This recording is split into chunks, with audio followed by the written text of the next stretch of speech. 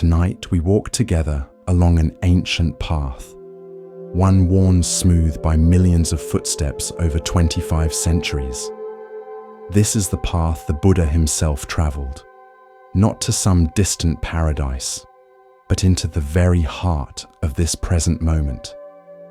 These stories we'll share aren't meant to teach you something new. They're here to help you remember what you've always known, but perhaps forgotten. In the noise of daily life, the Buddha's wisdom doesn't ask you to become someone different. It simply invites you to see clearly who you already are beneath all the worry and striving. Welcome to Buddha Bedtime Stories. This is your refuge, a quiet harbor where you can let down your guard and rest in the safety of timeless truth. Before we begin, I'd love to hear from you. What brings you here tonight? Is it peace you're seeking? Relief from restlessness? Or perhaps just a gentle companion for your journey into sleep? Share in the comments what these stories offer you. The teachings you'll encounter tonight have been lights in the darkness for countless souls who felt lost, anxious, or alone. They aren't complicated. They're as simple as noticing your breath, as profound as accepting this moment exactly as it is. There's nothing you need to do right now. No effort required. Just allow these ancient words to find their way into the quiet spaces within you, like water seeping into thirsty ground. Now, let's prepare ourselves to truly listen. Adjust your body until you find a position of real comfort. Perhaps your head needs another pillow, or your shoulders want to release toward the earth. Take your time. This is important. You deserve to be completely at ease. When you're settled, take a slow, deep breath. Feel the air fill your lungs, then gently release. One more time, breathing in peace, breathing out whatever you no longer need. Let us begin our journey together with the first story. In a farming village, there lived a man named Ichiro, who worked a small plot of land that had been in his family for generations. The land was good, fertile, and well positioned, except for one problem. Right in the middle of his best field sat an enormous stone, far too large to move. Ichiro's grandfather had farmed around it. His father had farmed around it. Now Ichiro farmed around it, losing valuable growing space to this immovable obstacle. Every planting season, he would curse the stone. Every harvest, he would calculate how much more rice he could have grown if that useless rock wasn't taking up space. Other farmers would commiserate with him. What bad luck, they would say, to have such a stone in your best field. Ichiro would nod bitterly, agreeing that the stone was his misfortune, a burden he had inherited and could do nothing about. One year, a severe drought struck the region. Streams dried up. Wells ran low. The sun beat down mercilessly and crops withered in the fields. Farmers watched helplessly as their year's work shriveled under the relentless heat. Ichiro was working in his field one afternoon, trying to save what plants he could with his limited water, when he noticed something. The crops growing on the north side of the large stone, in its shadow, were still green.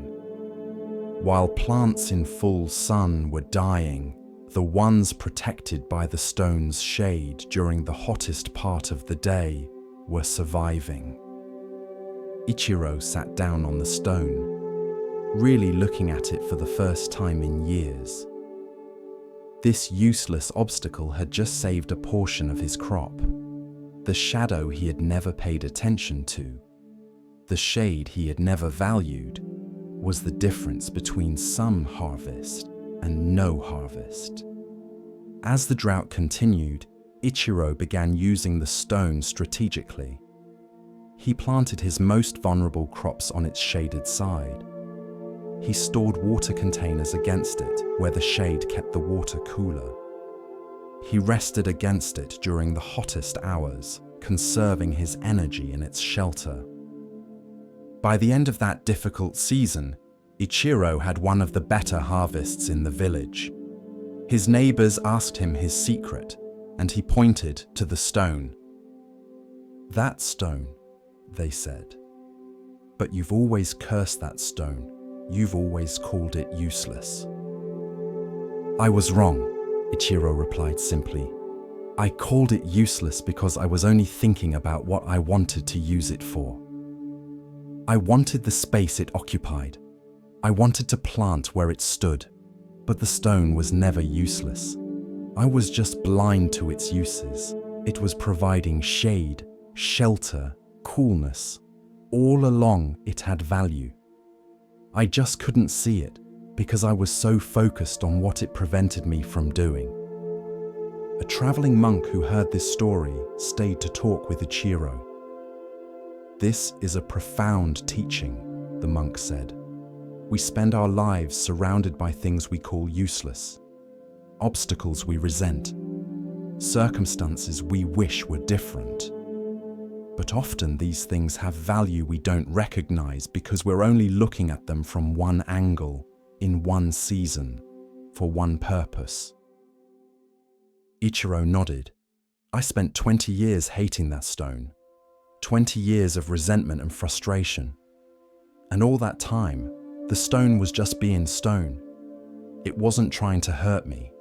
It wasn't deliberately in my way. It was just there, and it had qualities I never bothered to notice because I decided from the beginning that it was an obstacle." The monk smiled. "The stone didn't change. Your circumstances changed, which changed what you needed, which changed what you could see. In seasons of plenty, shade seems worthless. In drought, it becomes precious. The stone's value was always there. You just needed different eyes to see it." Over the following years, Ichiro's relationship with the stone completely transformed. He built a small shelter against it, where he could rest during work. Children from the village would play on it, climbing its sides. His wife would hang, washing on lines attached to it, using its height and the wind that flowed around it to dry clothes quickly.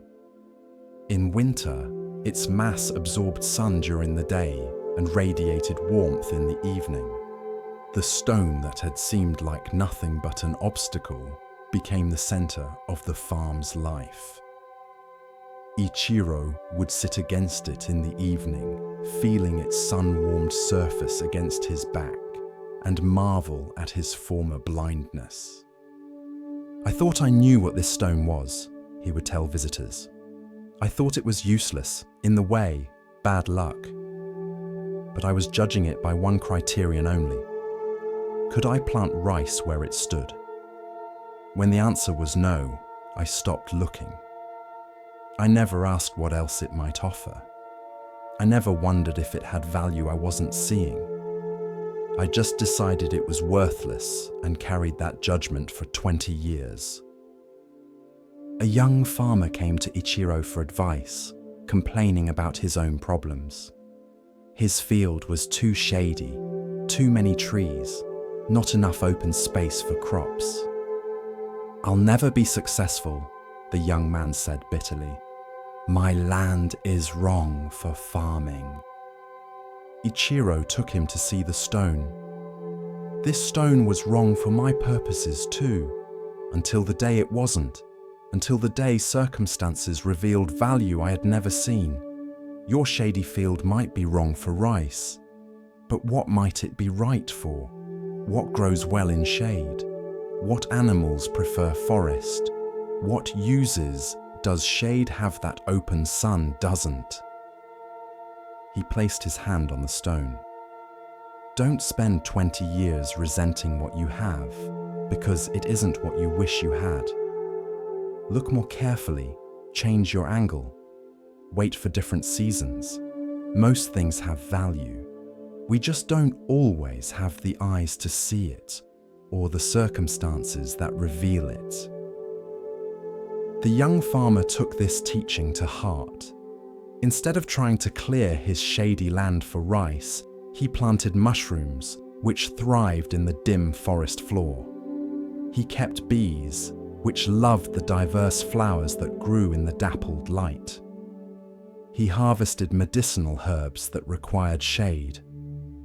Within a few years, he was more prosperous than the farmers with better land, because he had learned to work with what he had instead of resenting what he didn't have. Ichiro's stone became something of a local landmark. People would visit it, touch it, and remember to look at their own lives differently. What obstacles were they carrying resentment toward? What circumstances were they calling useless or unfortunate? What value might be present that they hadn't yet recognized? An old woman who came to see the stone told Ichiro, "I spent my whole life thinking my lack of children was a tragedy, a lack, a failure. But in my old age, I realized it gave me freedom to help many children in the village, to be a grandmother to dozens of families. What I thought was missing created space for something I never planned. Like your stone, my childlessness had value I couldn't see until I stopped judging it as purely negative." Tonight, as you rest, you might consider the stones in your own field, the obstacles you resent, the circumstances you wish were different, the qualities about yourself you judge as useless or wrong. What if these things have value you haven't yet recognized? What if they're serving purposes you can't see from your current angle? You don't have to love your obstacles or pretend difficulties aren't difficult, but you might hold judgment more lightly. This thing you call useless might be providing shade you've never noticed. This quality you call a flaw might be a strength in circumstances you haven't encountered yet. This obstacle you've been cursing might be exactly what saves you in a season you can't yet imagine. Rest now in acceptance of the stones in your field. They're not going anywhere. Fighting them, resenting them, wishing them away. These are just ways of suffering over what is. But looking at them freshly, wondering about hidden value, staying open to different perspectives, this is the way of peace. The stone doesn't need to move. Your eyes need to open. And in that opening, what seemed useless reveals itself as useful. What seemed like bad luck reveals itself as good fortune in disguise. As we continue our journey through the wisdom of Zen Buddhism, let us turn to a tale about recognition and the true nature of worth. This is the next story. There was a fisherman named Sato who lived in a coastal village where fishing was both a livelihood and a tradition. Every morning, the fishermen would go out in their boats, and every evening they would return with their catches. The measure of a good fisherman was simple. How many fish did you catch? Sato had been fishing since childhood. He knew the waters, understood the tides, and could read the weather. But despite all his skill and knowledge, he had a problem that plagued him. At least once a week, sometimes more, he would return with an empty net. Not a small catch, not a few fish, empty. Other fishermen would return with boats full of fish, and Sato would be pulling up nets that contained nothing but seaweed and water. It was humiliating. People in the village began to see him as unlucky, perhaps even incompetent, despite his years of experience. Sato's wife, Hana, watched her husband grow increasingly frustrated and ashamed. He would come home from these empty net days silent and dejected, barely eating, questioning his worth as a fisherman and as a provider. One day, after a particularly discouraging week where Sato had returned empty-handed 3 times, Hana said something unexpected. "I'm glad you caught no fish today." Sato looked at her in disbelief. "How can you say that?" "We need the income. The other fishermen are successful. I'm failing." "Come with me," Hana said, taking his hand. She led him to the small shrine at the edge of their property, where they would leave offerings for good fortune. On the offering plate were several small items: 3 unusual shells, a piece of interesting driftwood, a small colored stone. "Where did these come from?" Sato asked. "From your empty nets," Hana replied. "On the days when you caught no fish, you brought home these things instead. You were so focused on what you didn't catch that you never looked at what you did bring back." She picked up one of the shells. "This one you brought back 2 weeks ago. I'd never seen a shell like this before. I showed it to the teacher at the school, and she used it to teach the children about sea life.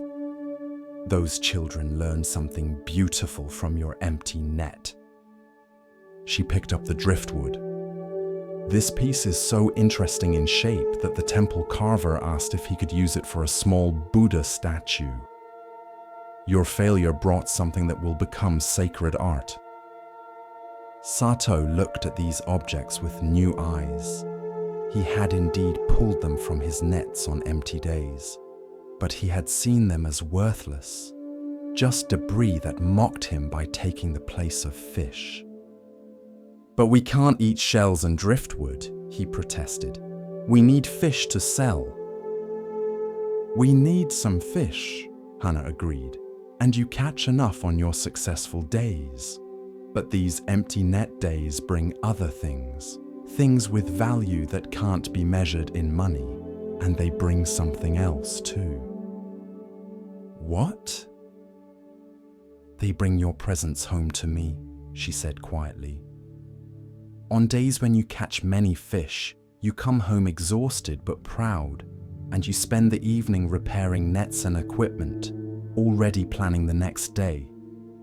But on empty net days, you sit with me, you talk with me. You're actually here, not already out on the boat in your mind. I know this sounds selfish, but I treasure those days when you come home empty-handed, because I get all of you, not just your tired body." This perspective shook something loose in Sato. He had been measuring his worth entirely by fish caught, seeing empty nets as pure failure. But Hana was showing him that those apparently failed days brought other things, things he had been too ashamed to notice. A few days later, on another empty net morning, Sato pulled up his nets and found not fish, but a tangled mass of seaweed. His first reaction was the familiar frustration, but then he remembered Hana's words and looked at the seaweed more carefully. It was a type he had seen farmers collecting for fertilizer. Instead of throwing it back in disgust, he kept it. When he returned to shore, he asked one of the farmers if the seaweed was useful. The farmer's eyes lit up. "This is exactly what I need for my fields. Would you sell it to me?" The money from the seaweed wasn't as much as fish would have brought, but it was something. And more than that, Sato realized he had just turned a failed fishing day into a successful day by changing what he was looking for. He began experimenting with this perspective. On days when fish weren't biting, instead of stubbornly keeping his nets in the water, he would pay attention to what else was happening. He noticed patterns in bird behavior that told him where fish might be on better days. He observed current changes that helped him understand seasonal movements. He collected things that others might value, certain shells, seaweed, and interesting stones. But perhaps most importantly, he stopped defining himself solely by the fish caught. He began to see himself not just as a fisherman, but as someone who harvested from the sea. Sometimes the harvest was fish.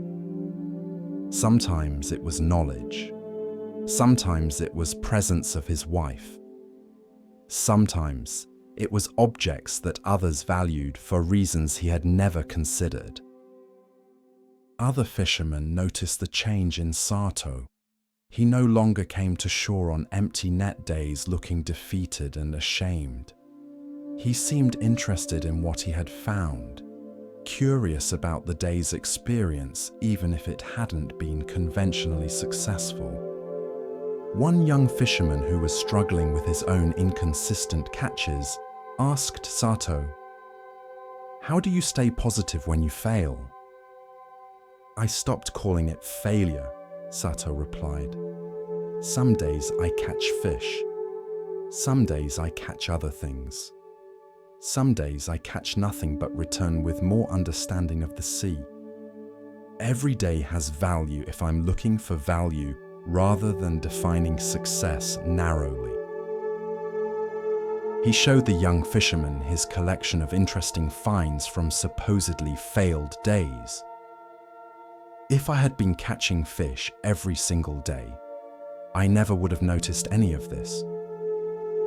My failure to catch fish opened my attention to everything else. Now I know the sea that the most successful fishermen don't have, because their constant success never forced them to look at anything else." A Zen monk who was visiting the village heard about Sato's philosophy and came to talk with him. "You've learned something that many people never learn," the monk said. "You've learned that failure and success are not opposites but neighbors. Sometimes what looks like failure is actually success, in a form you didn't recognize. Sometimes getting what you wanted would have prevented you from discovering something more valuable." Sato nodded.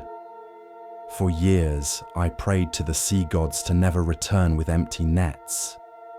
Now I understand that the empty nets were answering a different prayer, one I didn't know I was making. They were teaching me to see value beyond the obvious, to measure worth by more than one standard, to be present to what is, rather than always grasping for what should be." The monk smiled. "The empty net is a great teacher. Because it's empty, it can receive anything. Because it failed to catch what you were seeking, it caught things you weren't looking for. Sometimes the best gifts come through the door of apparent failure." Years later, when Sato was old and teaching his grandson to fish, the boy became discouraged after several days with small catches. "Grandfather, I'm not good at this. I keep failing." Sato smiled and showed his grandson the collection he had accumulated over the years. Unusual shells, interesting stones, pieces of driftwood, observations written down about sea and weather, and recipes for using seaweed. All of these came from days when I caught few or no fish. If every day had been successful by the measure I was using, then I would never have discovered any of this. Sometimes the empty net brings exactly what you need, just not what you wanted. He put his hand on the boy's shoulder. "Don't fear failure. Don't rush to judge whether a day was successful or not. Some of my best days looked like my worst days at the time. The measure of success that seems obvious often isn't the most important one. Keep your eyes open for what the sea is actually offering you, not just what you came looking for." Tonight, as you rest, you might consider your own empty nets. What apparent failures in your life might be successes, wearing different clothes? What disappointments might have brought gifts you were too focused on the disappointment to notice? What seemed like coming up empty might have actually been receiving something more valuable than what you were seeking. You don't need to catch fish every day. You don't need to succeed by conventional measures every time. Sometimes the empty net is exactly what you need, bringing lessons and gifts that success would have prevented you from receiving. Sometimes failure is just success that requires better eyes to see it. Rest now in acceptance of all your empty nets, all your apparent failures, all the times you came up short by the measures you were using. These weren't wastes. They were opportunities to learn different measures, to discover unexpected value, to receive what you weren't looking for but desperately needed. The empty net isn't a tragedy, it's a teaching. Let it teach you tonight, as you rest in the emptiness that's actually fullness waiting to be recognized. As we move deeper into the quiet teachings of Zen, we come to a story about seeing clearly and understanding true value. Listen carefully to the next story. There was a devoted student named Ichiro who studied with a Zen master for many years. She took meticulous notes on every teaching, every conversation, every insight that arose during her practice. Her room was filled with journals and scrolls, a massive accumulation of written wisdom that she treasured as proof of her learning. She would often review her notes, rereading old insights, checking her understanding against what she had written. The notes gave her a sense of security, a feeling that she was capturing and keeping the teachings, making sure nothing was lost. One day, her master, a woman named Mumon, came to Akiko's room and looked at the mountains of notes with a frown. "What is all this?" "My notes," Ichiro said proudly. "Everything you've taught me over 5 years. Every koan we've discussed. Every meditation instruction. All preserved here." "Preserved?" Mumon repeated thoughtfully. "Like pickled vegetables?" Ichiro laughed at the comparison. "Something like that, so I can return to these teachings whenever I need them." "Show me your understanding of the teaching we discussed yesterday," Mumon said. Ichiro reached for her most recent journal and began reading her notes. Mumon stopped her. "Not what you wrote. Your understanding, without the notes." Ichiro tried to explain the teaching from memory, but found she couldn't. Her mind kept trying to recall what she had written, rather than expressing what she actually understood. The notes had become a barrier between her and direct understanding. "You've been writing instead of learning," Mumon said gently. "You've been preserving teachings on paper rather than absorbing them into your being. You have accumulated much, but understood little." Ichiro felt defensive. "But these notes help me remember. Without them, I would forget." "What you forget wasn't truly learned," Mumon replied. "And what you truly learn doesn't need notes to remember. Knowledge that lives only on paper is dead knowledge. It has to live in you to be real knowledge." She picked up one of Akiko's journals and read a passage about meditation. "Do you remember writing this?" "Yes, from 3 years ago. You were teaching about working with a restless mind." "And do you work with a restless mind this way?" Mumon asked. Ichiro realized she didn't. She had written the teaching down, but never actually integrated it into her practice. The notes gave her the illusion of learning without the reality of it. Mumon set down the journal. Tonight, I want you to burn all these notes. What? No. These represent years of work. These represent years of writing. That's not the same as years of learning. Burn them. If the teachings took root in you, they'll survive the burning. If they didn't, then keeping the notes is just a way of avoiding that truth. Ichiro spent a sleepless night agonizing over this instruction. Her notes felt like treasures, like her spiritual wealth accumulated over the years. But she trusted Mumon, so the next evening she built a fire and with trembling hands began feeding her journals to the flames. As each notebook burned, she felt panic and loss, years of writing disappearing into smoke and ash. But she continued, page by page, until everything was gone. She sat looking at the ashes, feeling empty and devastated. The next morning, Mumon asked her to explain a teaching from 2 years ago.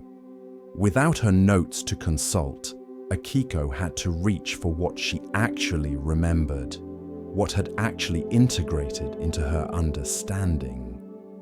She was surprised to find that she could explain the teaching, not in the exact words she had written, but in her own words that expressed real understanding. "You see," Mumon said, "what truly became part of you survived the burning. What was only on paper is gone, but it was already gone in the sense that it wasn't really yours.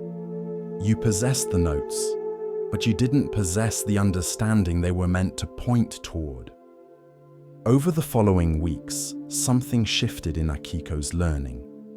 Without notes to rely on, she had to actually integrate teachings as they came.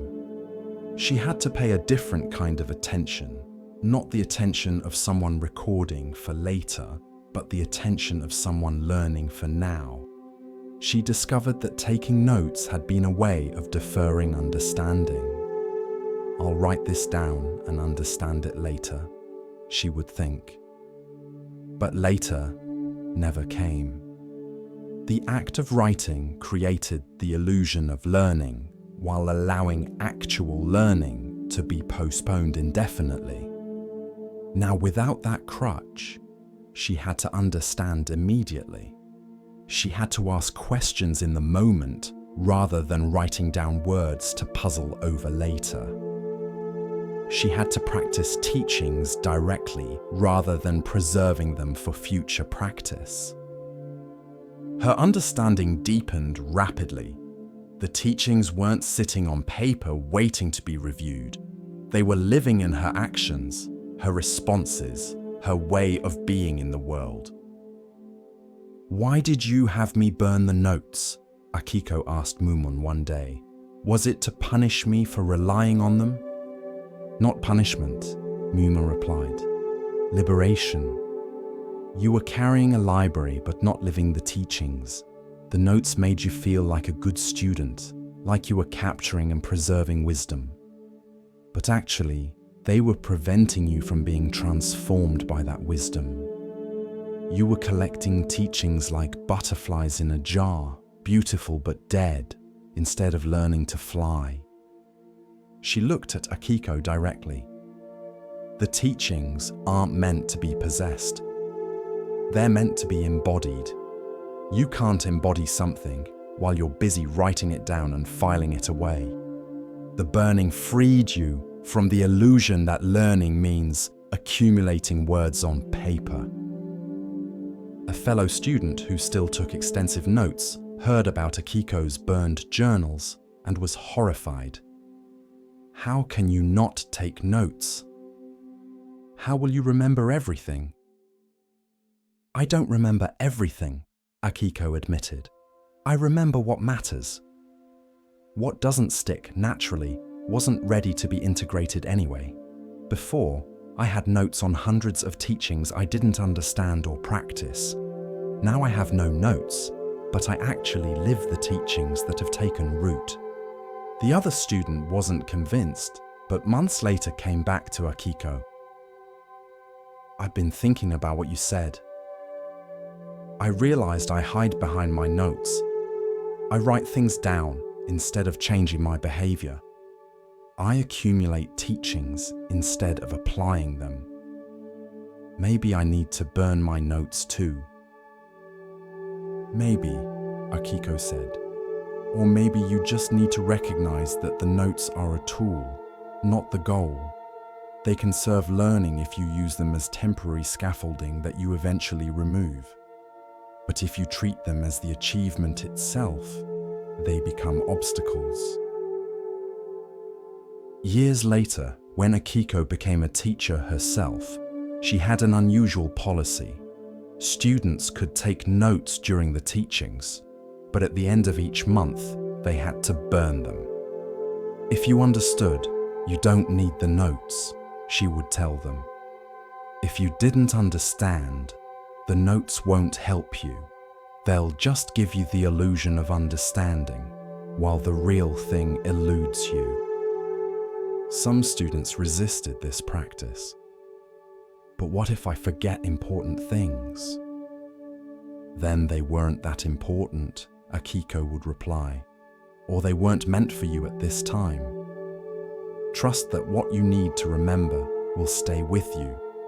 Trust that understanding that matters will integrate naturally. Let go of trying to capture and possess teachings.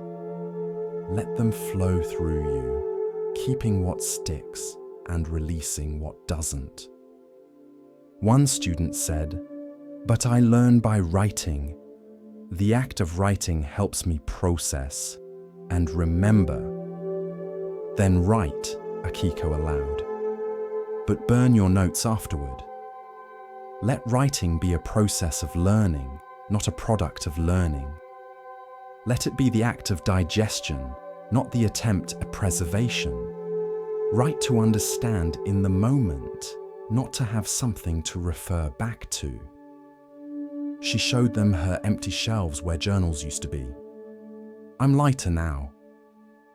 I carry less paper, but more understanding. The teachings live in how I respond to difficulty, how I meet each moment, and how I treat people. They don't live in notes tucked away in storage. This is the difference between dead knowledge and living wisdom." Tonight, as you rest, what notes are you clinging to? What accumulations of knowledge or experience are you treating as possessions rather than processes? What have you written down, filed away, or tucked into memory with the intention of understanding later, but later never comes? You don't need to keep everything. You don't need to preserve every insight, remember every lesson, or capture every moment of learning. What truly transforms you doesn't need notes to survive. It lives in you, changes you, and becomes part of how you move through the world. Rest now in the understanding that learning isn't about accumulation, but about integration. That wisdom lives not on shelves, but in actions. The most important teachings don't need to be written down because they write themselves into your very being. Let yourself be like the burned journals, emptied of words but full of understanding, lighter in paper but heavier in wisdom, possessing less but being more. The notes were never the point. The understanding they pointed toward was the point. And that understanding needs no paper to live on. It lives in you. It always has. Rest now in that living wisdom, requiring no notes, no preservation, no recording. Just being, knowing, understanding from the inside out. There was a young man named Koji whose father had died, leaving substantial debts. The creditors came to Koji expecting him to assume responsibility for his father's obligations. Koji, believing this was his duty as the son, worked himself nearly to death trying to repay the money his father had borrowed. For 3 years, Koji labored from dawn to dusk. He took multiple jobs, spent almost nothing on himself, and sent every coin he earned to his father's creditors. His health suffered. His youth was consumed by obligation. He became bitter and resentful, angry at his father for leaving him this burden. A traveling monk named Bankei came to the town and noticed Koji's exhaustion. He asked the young man why he looked so worn. "I'm repaying my father's debts," Koji explained. "He died owing money, and as his son, the responsibility falls to me."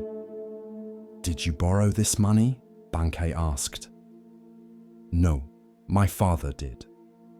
"Did you receive any benefit from what the money purchased?" "No, he borrowed it for his gambling and drinking."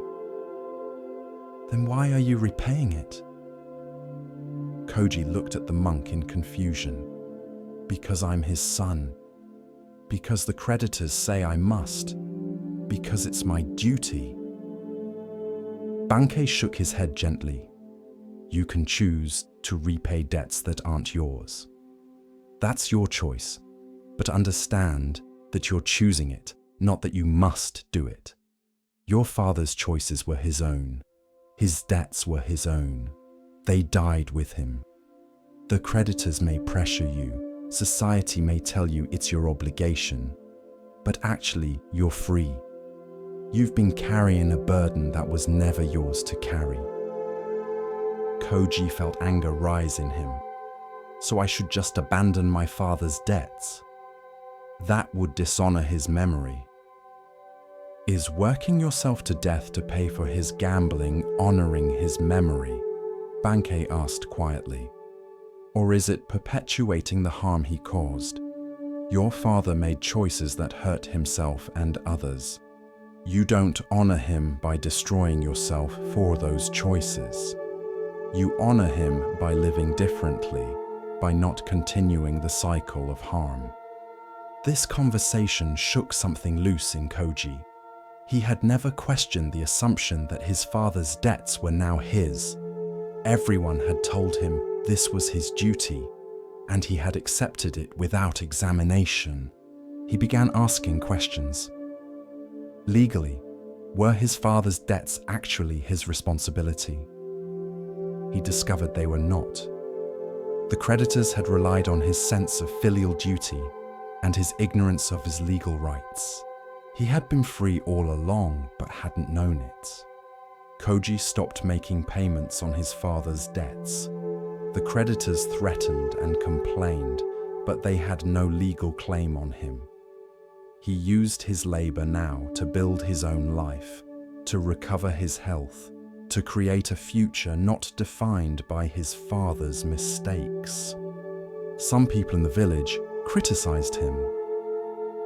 "He abandoned his father's debts," they whispered. "He has no filial piety." But Bankei, before leaving town, gave Koji final words of wisdom. Carrying debts that aren't yours doesn't make you virtuous. It makes you a volunteer victim. Your father's poor choices created consequences. Those consequences were his to face, not yours to inherit. You can feel compassion for him without taking on burdens that aren't yours. You can love someone without destroying yourself for their mistakes. Years later, when Koji had built a successful life and even helped others in his community who were struggling, someone asked him, "Don't you feel guilty for not repaying your father's debts?" "No," Koji replied. "I felt guilty for years while I was killing myself trying to repay them. But the guilt was about other people's expectations, not about actual obligation. My father's debts were his own. His choices were his own. I honor his memory better by living well and helping others than I would by destroying myself for mistakes I didn't make." Tonight, what debts are you carrying that were never yours? What burdens did you inherit from parents, from past relationships, from circumstances beyond your control? What shame or obligation have you assumed just because someone told you that you must? You're allowed to put these down. You're allowed to say, "This was never mine to carry." The debts of others, the mistakes of the past, the expectations of people who had no right to place them on you. None of these are truly yours, unless you choose to make them so. Rest tonight in freedom from all inherited burdens. You're responsible for your own choices, not for everyone else's. Let the dead bury the dead. Let old debts stay where they belong. You're free. With each step on the Zen path, a new lesson unfolds. Now we turn to a story about recognition, of self, of others, and of what truly matters. Listen carefully to the next story. In a coastal city, there lived a renowned mapmaker named Genji, who had charted more territory than any cartographer of his generation. His maps were detailed, accurate, and highly sought after by merchants, explorers, and military leaders. Every island, every coastline, every mountain range he documented was rendered with precision. But Genji had a practice that other mapmakers mocked. Whenever his knowledge ended, whenever he reached the limits of what had been explored and documented, he would leave the map blank. Large white spaces appeared on his charts, marked only with the words "unknown territory," or sometimes just left empty. Other mapmakers found this approach unprofessional. They would fill in the blank spaces with speculation, with reports from unreliable sources, with educated guesses. A map should be complete, they would argue. Blank spaces make it look unfinished. Blank spaces are honest, Genji would reply. They tell the truth, that we don't know what's there. Filling them with guesses tells a lie, that we do know. But the criticism stung, especially when clients would choose other mapmakers' complete maps over Genji's honest but incomplete ones. People wanted certainty, even false certainty. They wanted maps that told them what lay everywhere, even if those maps were partly fiction. One season, a wealthy merchant named Ichiro commissioned Genji to create a map for a trading expedition to distant islands. When Genji delivered the map, Ichiro was dismayed by the large blank areas. "What am I supposed to do with this?" Ichiro complained. "I need to know what's in these blank spaces. I need to plan my route." "What's in those spaces is unknown," Genji replied. "No reliable expedition has charted them. I can't tell you what I don't know." "But other mapmakers have filled in these areas," Ichiro protested. "They show islands, harbors, channels." "Based on speculation," Genji said. "Based on second-hand rumors and wishful thinking.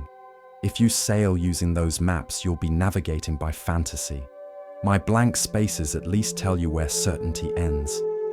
Ichiro hired a different map maker who provided a complete map with no blank spaces. The expedition set sail using this fully detailed chart, confident in their route. 3 months later, the expedition returned, having lost 2 ships. They had found islands where the map showed open ocean, encountered reefs where the map showed safe passage, and wasted weeks exploring channels that didn't exist. The complete map had been worse than useless. It had been dangerous.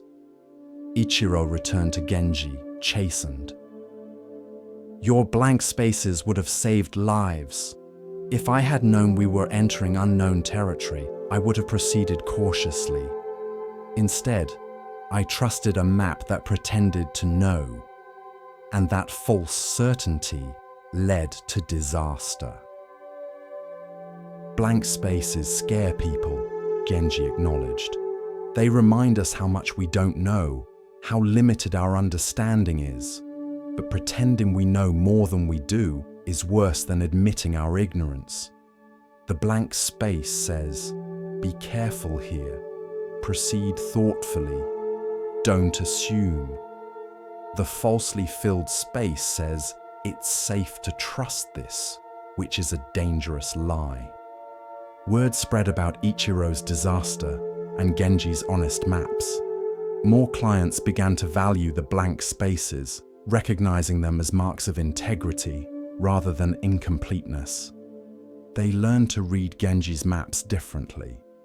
The detailed areas showed where knowledge was reliable. The blank areas showed where caution was needed. A young apprentice named Lin came to study with Genji. She had been trained by other mapmakers who filled in all spaces, and she struggled with Genji's insistence on leaving blanks.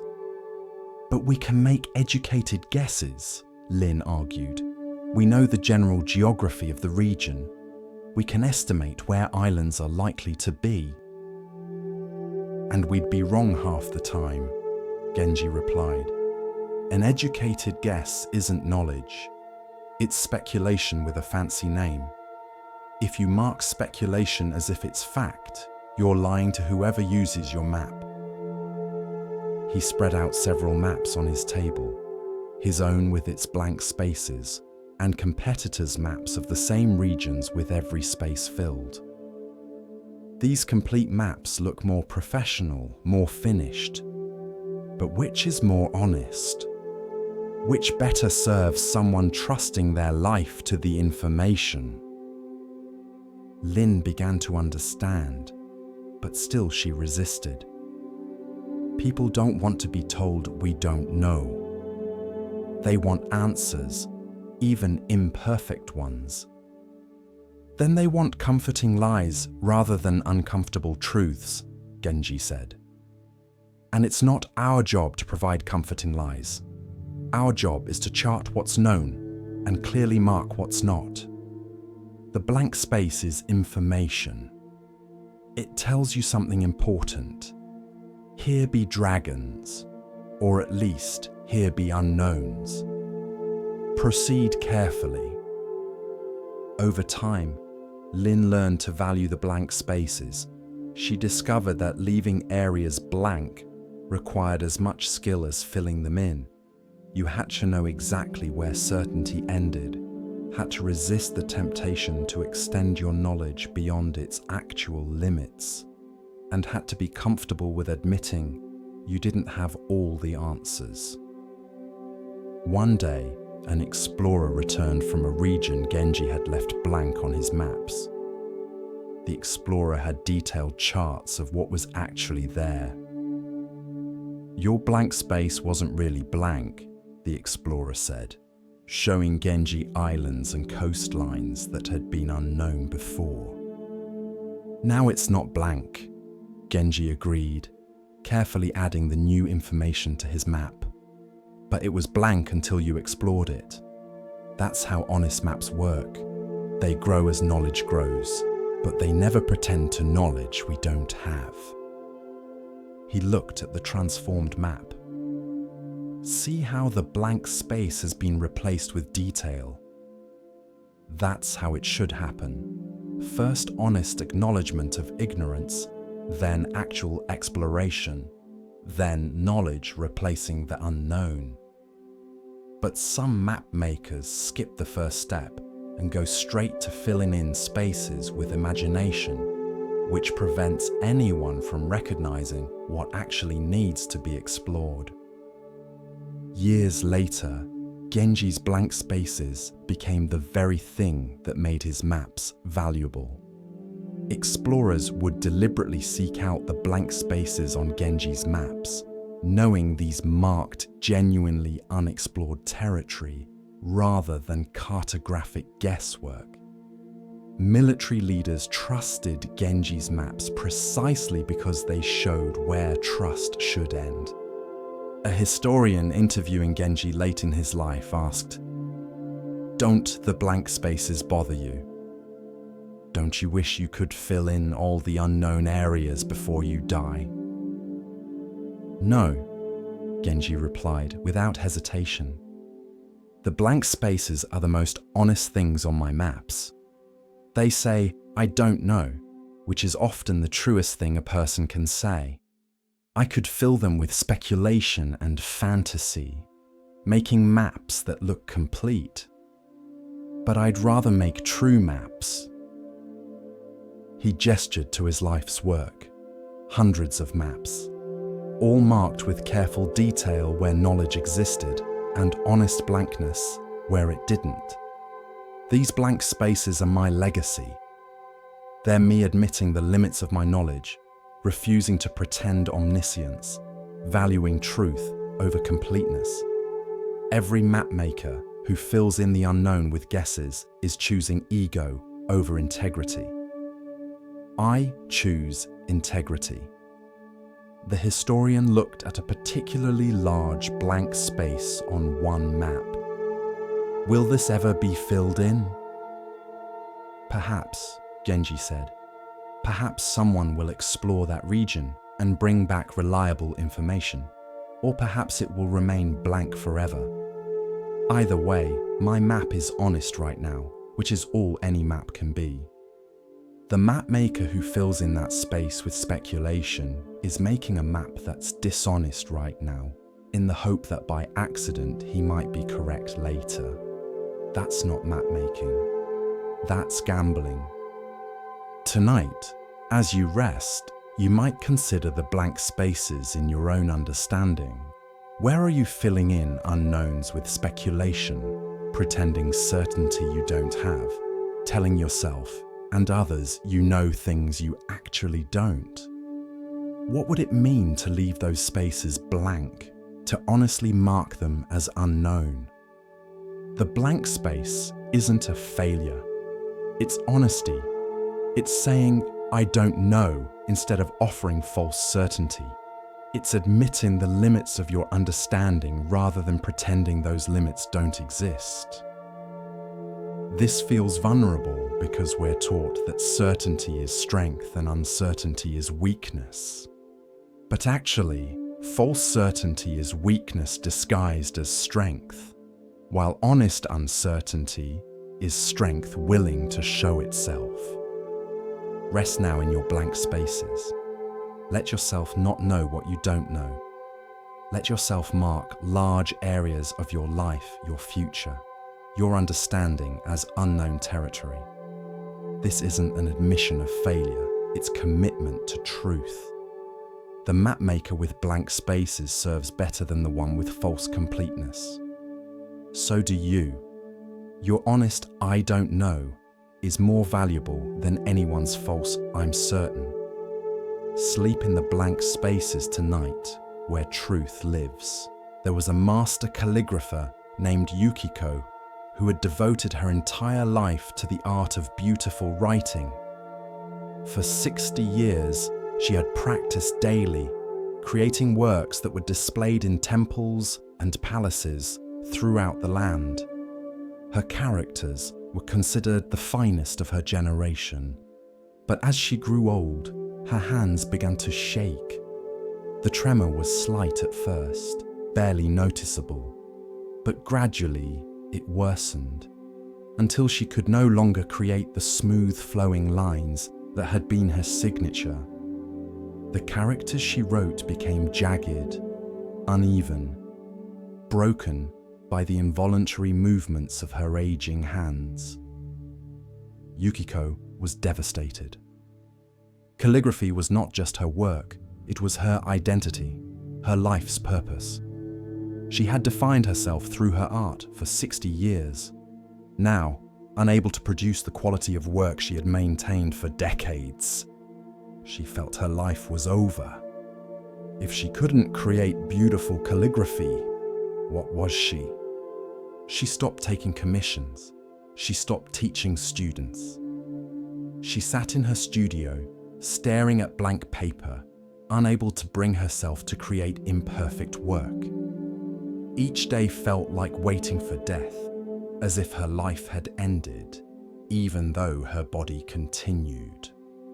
One day, a young calligrapher named Kenji came to visit her. He had studied her work and wanted to meet her before she died, as he had heard she was no longer creating. "Master Yukiko," he said, bowing deeply, "please, will you show me how you create such beautiful work?" "I can't," Yukiko replied bitterly. "My hands shake. I can no longer do what I once did. My time is over." "Show me anyway," Kenji persisted. "Show me what you do now, even if it's not what you once did." Reluctantly, to satisfy this persistent young man, Yukiko took up her brush. Her hand trembled as she moved it across the paper. The line broke and wavered. The character she was forming looked nothing like the smooth, perfect characters she had created for 60 years. But Kenji was staring at it with wonder. "This is extraordinary." "It's broken," Yukiko said. "It's everything I spent my life learning not to do." "It's alive," Kenji replied. "Your old work was perfect, but this has something your perfect work didn't have. It has a vulnerability. It has humanity. It shows the reality of the hand that made it, the tremor that comes with age, the imperfection that comes with being human. It's no less beautiful. It's beautiful in a different way." He pointed to specific places where the line broke. "See how this break creates a pause, a breath? See how this wobble adds energy, movement? You couldn't create these effects intentionally. They come from not being able to control everything, from allowing the reality of your condition to show." Yukiko looked at her shaky calligraphy with new eyes. She had been seeing only what it wasn't: smooth, controlled, perfect. She hadn't been seeing what it was: authentic, immediate, marked by the truth of her aging body. "You're saying my shaking hands aren't ending my art?" she asked. "They're changing it." "They're revealing a new possibility," Kenji said. "You've mastered perfection. You spent 60 years learning complete control. Now you're learning something else. How to create beauty without control. How to let your limitations become part of your art rather than obstacles to it. This isn't an ending. This is a beginning." Over the following months, Yukiko began to explore what Kenji had called a beginning. She stopped trying to fight against her tremor and started working with it. She let the shakiness show, let the broken lines be part of the aesthetic. Let her aging hands tell their own truth. The work she created was unlike anything she had done before. It had a raw quality, an honesty, a profound beauty that came from acceptance rather than mastery. People who saw it were moved in ways they couldn't quite explain. It touched something in them that perfect calligraphy never had. "Your new work feels more human," one viewer said. "The perfection was impressive, but this is relatable. This shows struggle and acceptance. This shows life as it actually is, not as we wish it to be." Other aging artists heard about Yukiko's transformation and came to see her. They too had been treating their declining abilities as endings, as tragedies that marked the end of their creative lives. Yukiko showed them something different. "What you call an ending is just a transition," she told a painter whose eyesight was failing. "You've lost what you had, yes, but loss creates space for something new. If you spend all your time mourning what's gone, you'll never discover what's trying to arrive." she showed them her shaky calligraphy. These tremors would have horrified me 5 years ago. I would have hidden this work in shame. But I've learned that every ending contains a beginning. My hand's steady control had to end before I could begin learning to create beauty from their unsteady truth. A sculptor whose arthritis had made detailed work impossible asked, "But how do you accept the loss? How do you stop grieving what you can no longer do?" "I still grieve it sometimes," Yukiko admitted. "I still miss the feeling of complete control, the satisfaction of executing exactly what I envisioned. But I've discovered something. The part of me that created perfect calligraphy was actually quite limited. It could only create what I consciously intended. Now, with my shaking hands, I create things I never could have planned. The imperfection introduces an element beyond my control, and that element often produces more interesting results than my intentions ever did." She held up a piece of her new work. "See this character? I intended it to look one way. My tremor made it look another way. And the way it actually looks is more compelling than what I planned. The beginning I'm in now includes accident, chance, collaboration with my body's wisdom rather than domination of it." Kenji, who continued to visit Yukiko regularly, said, "You've become a better artist by becoming worse at control.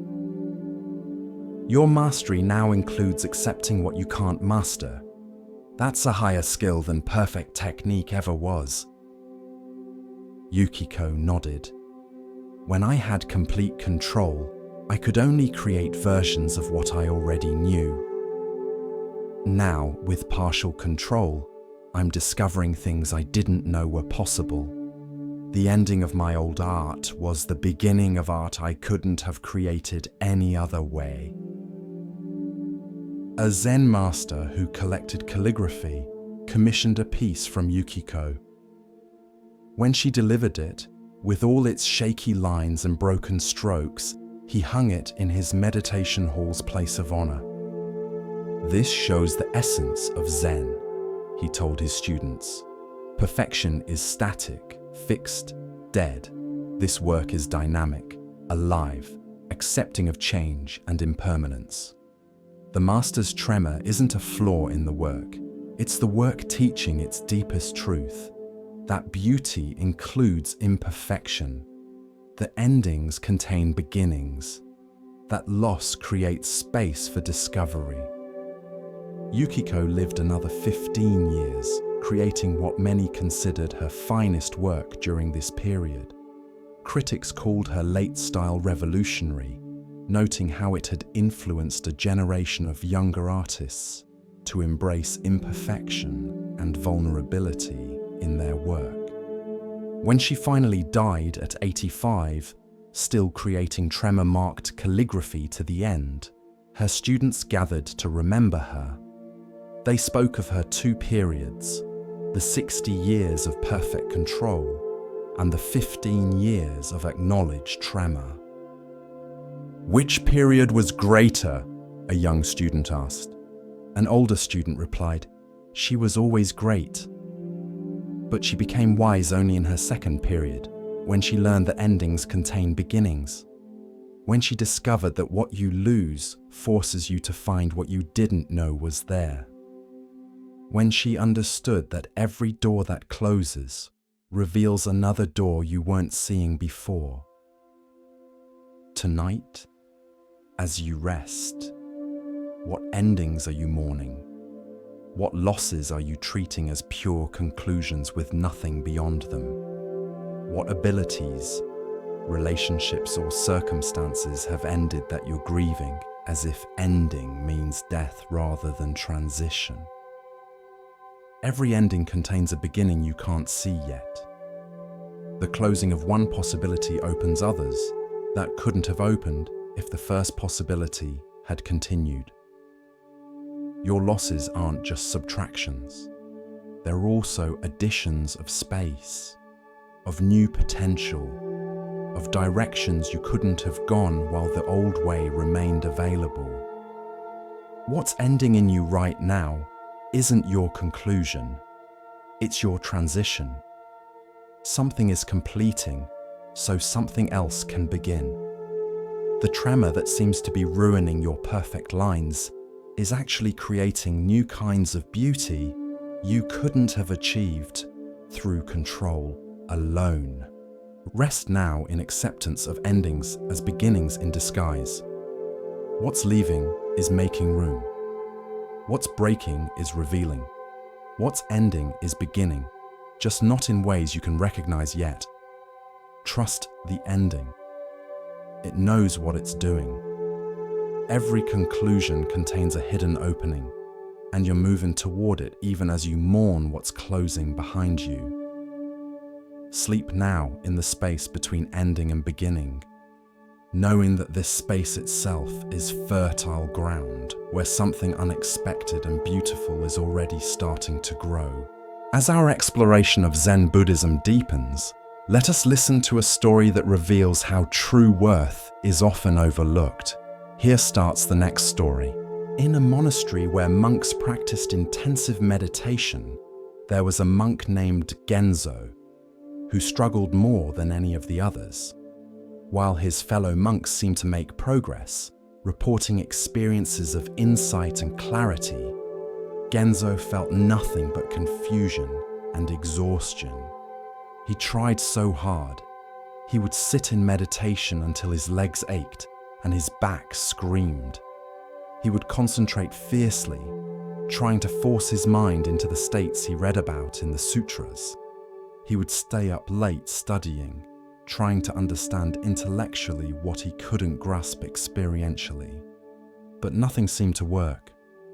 While others reported breakthrough moments, sudden insights, and powerful experiences during meditation, Genzo just felt tired.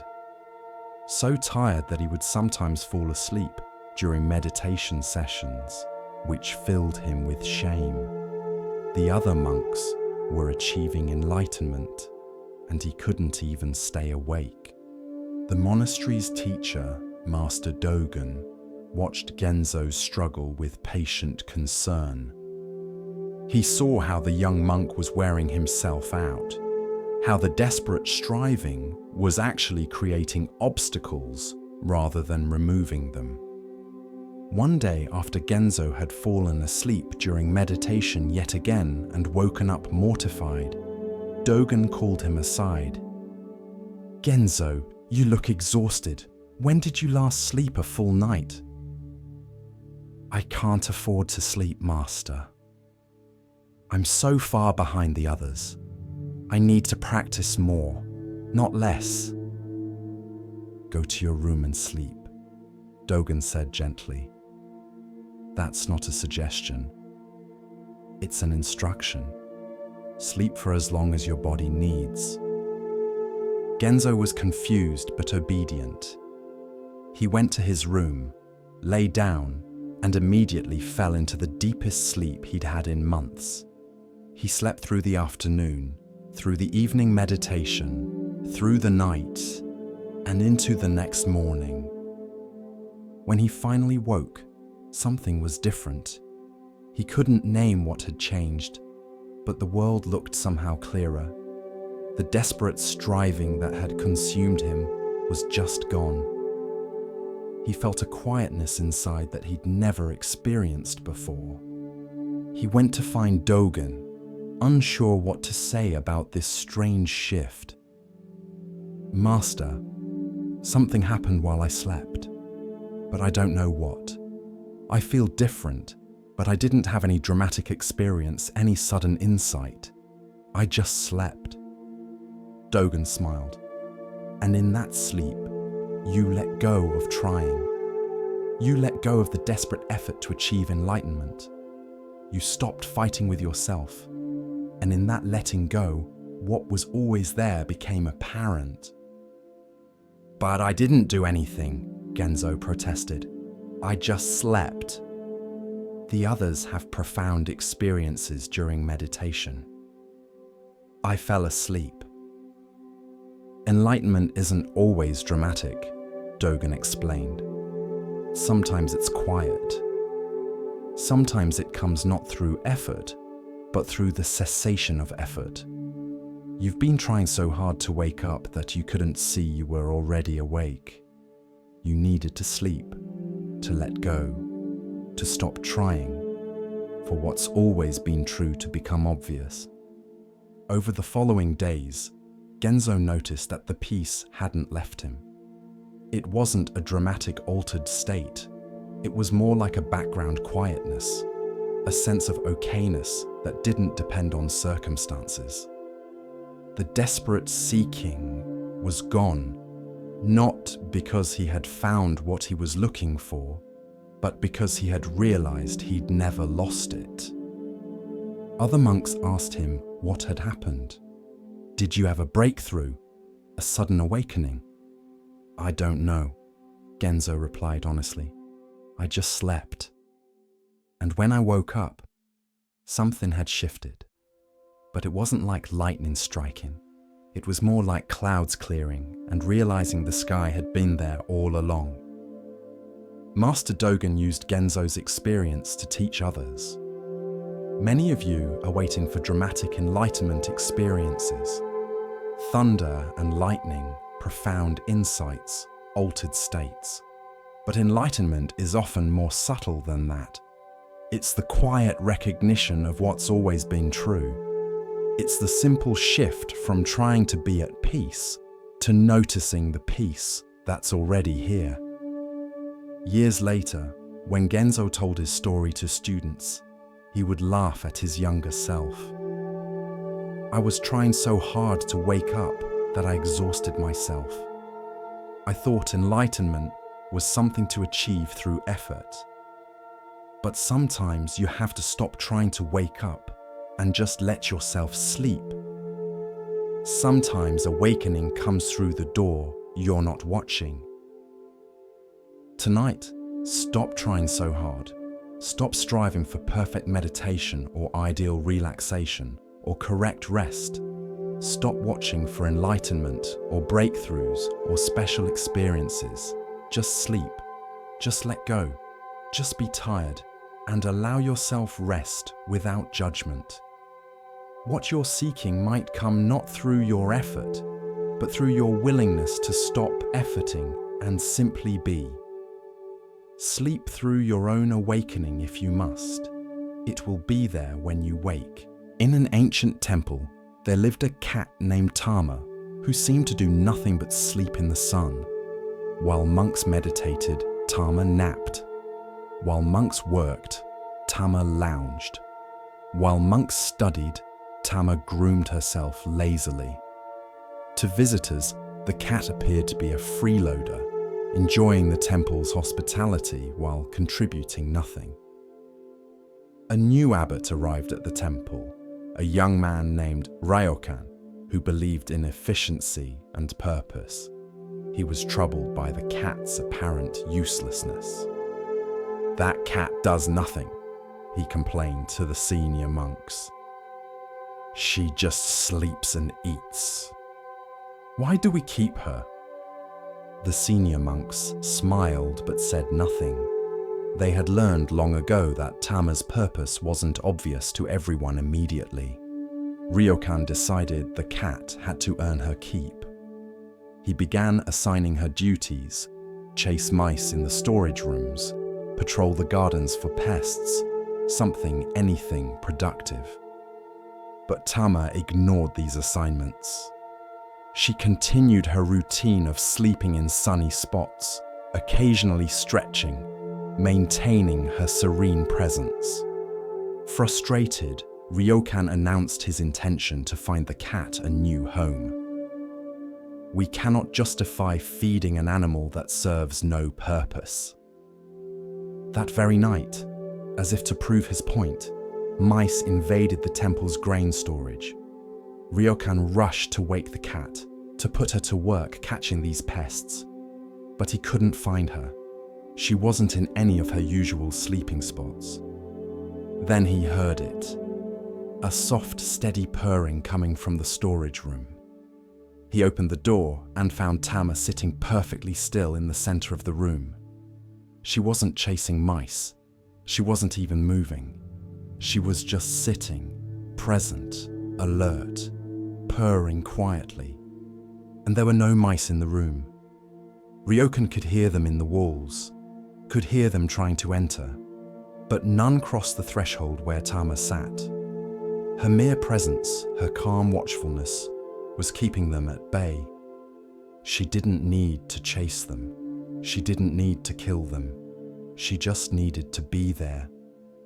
Ryokan watched for over an hour. Tama never moved, never broke her meditation.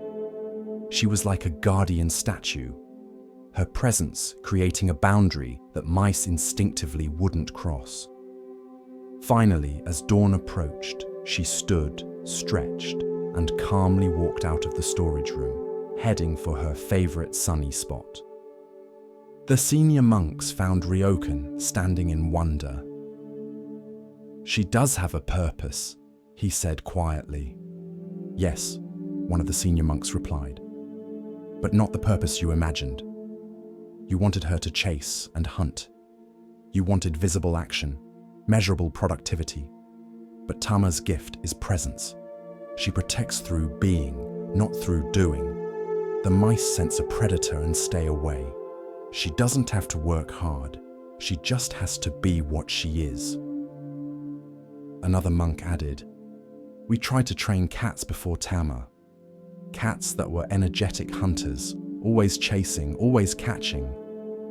But they disturbed the temple's peace. They left dead mice everywhere. They were exhausting to live with.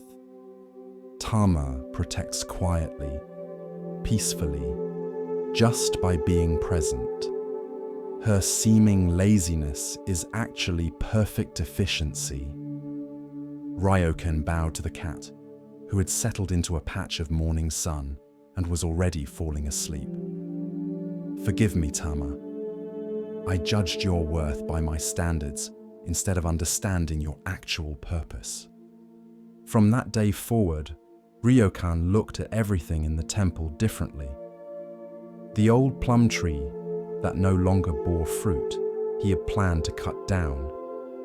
But the monks showed him how its branches were perfect for birds to nest in, how its shade cooled the meditation hall on summer days, how its twisted trunk was beautiful in a way that useful, productive trees never were. Its purpose wasn't production. Its purpose was beauty and shelter. The ancient bell that was cracked and no longer rang clearly, he wanted to replace. But the monks explained that its imperfect tone was beloved, that its crack created a unique sound found nowhere else, and that generations of monks had learned to meditate to this particular tone. Its flaw was actually its distinction. The novice monk who seemed slow at learning, whom Ryokan had considered asking to leave, turned out to be extraordinarily patient with visitors, able to sit with grieving people for hours without becoming uncomfortable.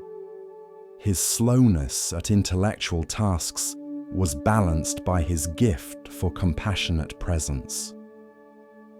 "I've been judging everything by a narrow standard," Ryokan confessed to the senior monks. "Productivity, efficiency, obvious usefulness. But the temple isn't a business, it's an ecosystem.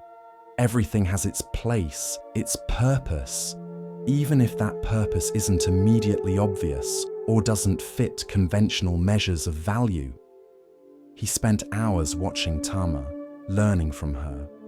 She seemed to do nothing, yet her presence maintained order. She appeared lazy, yet she was perfectly alert when needed. She looked like a burden, yet she contributed essential value. She taught that being can be as important as doing, that presence can accomplish what action cannot, that some purposes are served by appearing purposeless. One day, a wealthy donor visited the temple and was offended to see a cat sleeping on expensive cushions in the main hall. "Why do you allow this animal such privilege? She produces nothing." Ryokan smiled and told the story of Tama and the mice. "She produces protection through presence. She contributes peace through her serene being. Her value can't be measured in conventional terms, but it's real and essential. She teaches us that purpose isn't always about production or visible action. Sometimes purpose is about simply being what you are, fully and completely in the right place." The donor looked skeptical, so Ryokan continued, "You're a wealthy merchant. You measure value in terms of production, profit, and tangible results, but not everything valuable can be measured that way. How do you measure the worth of beauty, of peace, of a presence that prevents problems rather than solving them? Tama's purpose is subtle but essential. Without her, we would have chaos. With her, we have order. That she achieves this through napping rather than through frantic activity doesn't diminish her contribution." Years passed, and eventually Tama grew old and died. The monks gave her a funeral with full honors, acknowledging her years of service. They tried to find another cat to serve her function, but none could quite match her particular gift. Some cats were too aggressive, chasing everything and disturbing the peace. Others were too passive, failing to maintain the protective presence that Tama had embodied. Finally, they found a cat with Tama's quality, a calm, serene presence that protected through being rather than doing. This cat they named Tama II, and she took up residence in the sunny spots her predecessor had loved, continuing the tradition of purposeful purposelessness. Ryokan, now an old man himself, would often sit with the new Tama and remember the lessons the original had taught him. "Every being has its place in the whole," he would tell young monks, "but that place might not look like what we expect." Purpose isn't always about obvious productivity. Sometimes it's about being present, being yourself, contributing in ways that aren't measurable but are nonetheless essential. He would point to the sleeping cat. Tama teaches us not to judge too quickly, not to assess worth by narrow standards, not to dismiss what we don't immediately understand. She teaches us that the temple, like all of life, is an ecosystem where even the apparently useless serves a purpose, where presence matters as much as action, where being is as valuable as doing. Tonight, as you rest, you might consider your own purpose. Perhaps you've been judging yourself by standards that don't fit what you actually are. Perhaps you've been trying to be productive in ways that go against your nature. Perhaps you've been dismissing your own value because it doesn't fit conventional measures. What if your purpose, like Tama's, is partly about presence, about being what you are, where you are, contributing value that isn't always visible or measurable? What if your times of rest, of apparent inactivity, of just being present, are actually serving important purposes that busy productivity never could? You don't have to chase and hunt and constantly produce to have worth. Sometimes protection comes through peaceful presence. Sometimes order is maintained through calm being. Sometimes the most valuable thing you can do is rest completely, be present fully, and trust that your very existence contributes to the whole in ways you may never fully understand. Sleep now like Tama, knowing that even in sleeping, you serve a purpose. Continuing along the path of Zen insight, we pause now to hear a teaching about perception and hidden value. Listen carefully to the next story. In a village rebuilding after a great earthquake, there was a master mason named Takeo who was known throughout the region for building walls that followed precise specifications. Every stone placed according to traditional methods, every measurement exact, every joint perfect. His walls were architectural achievements, admired by other masons and praised in the capital. When the earthquake struck and buildings collapsed throughout the region, everyone expected Takeo's walls to stand as a testament to proper craftsmanship. Instead, most of his carefully built walls fell. The perfect joints fractured. The precisely placed stones tumbled. All that meticulous work reduced to rubble. But there was one wall that remained standing, and it puzzled everyone. It was a wall that Takeo's apprentice, a young man named Ichiro, had built in the early days of his training. The wall wasn't straight. It curved and bent in unusual ways. The stones weren't uniform or perfectly fitted. By every standard of proper masonry, the wall was wrong. Takeo had been embarrassed by it, had planned to tear it down and rebuild it properly, but had never gotten around to it. Now that the crooked, imperfect wall stood while all of Takeo's masterpieces lay in ruins. After the earthquake, people would visit that wall, marveling at how something so improperly built had survived when everything correct had fallen. Takeo was humbled and confused. He went to examine the crooked wall carefully, trying to understand what accidental wisdom it contained. What he discovered challenged everything he thought he knew about his craft. The wall's curves and bends, which he had seen as flaws, had actually allowed it to flex during the earthquake, rather than rigidly resisting the force. The imperfect joints had given the structure some ability to shift without completely fracturing. The irregular stones had created a kind of organic stability that precise, uniform stones couldn't achieve. "I built this wall wrong," Ichiro said when he and Takeo examined it together. "I was new. I didn't know the proper methods yet. I just placed stones in ways that felt stable." "You built it intuitively," Takeo replied slowly, "while I built with rigid adherence to rules. Your intuition understood something about forces and flexibility that the traditional methods don't account for. The rules made sense for normal conditions, but they weren't designed for extreme stress.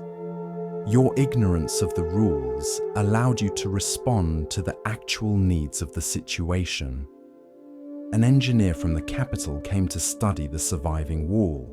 He measured its curves, examined its composition, and tried to understand its principles.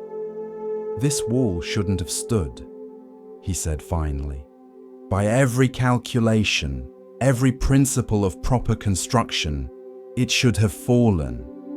But clearly, our principles are incomplete. This wall knows something we don't." Takeo spent months studying not just Jiro's wall, but other structures that had survived. He found a pattern. The buildings that stood weren't always the ones built most correctly. Often, they were the ones with irregular features, with imperfections that accidentally created flexibility. The traditional methods, designed over centuries for stable conditions, weren't necessarily best for extreme conditions. He began incorporating these insights into his new work. He still used traditional methods as a foundation, but he added intentional irregularities, curves instead of straight lines, flexible joints instead of rigid joints of rigid ones, and organic shapes instead of perfect geometry. Other masons criticized him. "You're violating the principles," they said. "You're building incorrectly." "I'm building for survival rather than for appearance," Takeo replied. The old principles were based on aesthetic ideals and normal conditions. "I'm building for abnormal conditions based on what actually survived when everything else fell." His new walls looked less impressive than his old ones. They weren't as straight, as precise, as aesthetically pleasing. But when another earthquake struck years later, these walls stood. The traditional walls, built by masons who still adhered to the old, correct methods, fell again. Takeo's irregular, imperfect walls flexed and bent and survived. "What's more important?" Takeo asked his critics. "Building correctly according to traditional standards, or building what actually works?" "My old walls were perfect and dead. My new walls are imperfect and alive." He trained a new generation of masons in what he called flexible building. They learned the traditional methods, but also learned when to deviate from them, when to trust intuition over rules, and when to value survival over correctness. "The crooked wall saved my life," Takeo would tell students. Not just physically, by remaining standing during the earthquake, but professionally and spiritually, by taught me that correctness isn't the same as truth. Something can be done exactly right according to established principles and still fail when conditions change. And something can be done wrong and still succeed because it responds to actual conditions rather than theoretical ideals. One student asked, "So should we ignore all the traditional methods?" "No," Takeo replied. "Learn them, understand them, but don't worship them. Rules are tools, not truths. They work until they don't. The crooked wall taught me to pay attention to what actually works, rather than what should work according to theory. Sometimes the imperfect, the irregular, the supposedly wrong thing contains wisdom that perfection misses." He would take students to see Ichiro's wall, still standing decades after the earthquake that revealed its value. "This wall is a better teacher than any master mason," he would say. "It teaches that survival often comes from flexibility rather than rigidity, from imperfection that allows adaptation rather than perfection that allows no variation. It teaches that what's wrong by one standard might be right by a more important standard." The wall became something of a shrine. People would visit it, touch it, and remember that sometimes what appears to be failure or imperfection is actually hidden success. That correctness and effectiveness aren't always the same thing. That rules have limits, and intuition has wisdom. Tonight, as you rest, you might consider the crooked walls in your life, the things you've done imperfectly, irregularly, against the rules or proper methods. Perhaps these apparent flaws are actually what allowed you to survive when others who did everything correctly fell apart. Perhaps your imperfections are flexibilities that rigid perfection lacks. You don't have to do everything correctly. You don't have to follow every rule or meet every standard. Sometimes the crooked wall stands when the straight wall falls. Sometimes your irregular, imperfect, supposedly wrong way of doing things is actually what works best for the conditions you're actually in, rather than the ideal conditions that rules assume. Rest now in acceptance of your crooked walls. They may not look perfect. They may not meet conventional standards, but they've kept you standing when straight walls would have crumbled. Your imperfections aren't failures. They're flexible, and flexibility is what allows survival when everything rigid breaks. The crooked wall knows this. Now you know it too. In a garden temple, the monks kept a beautiful crane named Haku in a large bamboo enclosure.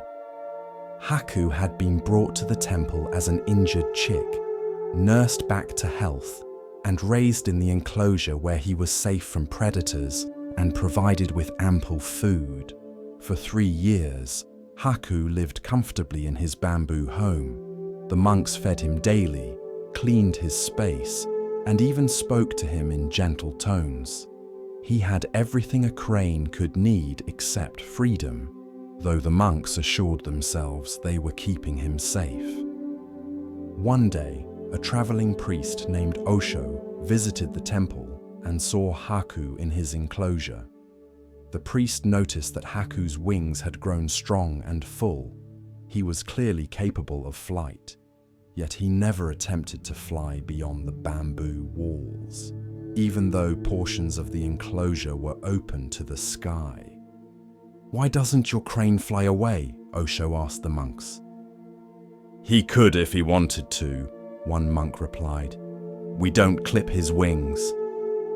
But he stays because he knows this is where his food comes, where he's safe, where he belongs." Osho watched Haku for several days. The crane would walk around his enclosure, occasionally stretching his wings, but never attempting actual flight. It was as if Haku had forgotten that flight was even possible, that his wings had any purpose beyond stretching. On his last day at the temple, Osho asked permission to enter Haku's enclosure. He approached the crane slowly, then suddenly clapped his hands and shouted, startling Haku into the air. The crane's wings opened instinctively, and for a moment, Haku was flying, truly flying, circling above the enclosure in surprise. But after only 2 circles, Haku landed back in his familiar corner, as if the brief flight had frightened rather than thrilled him. He settled back into his routine immediately, walking the same worn paths he always walked. The monks were angry. "You scared him! You could have hurt him!"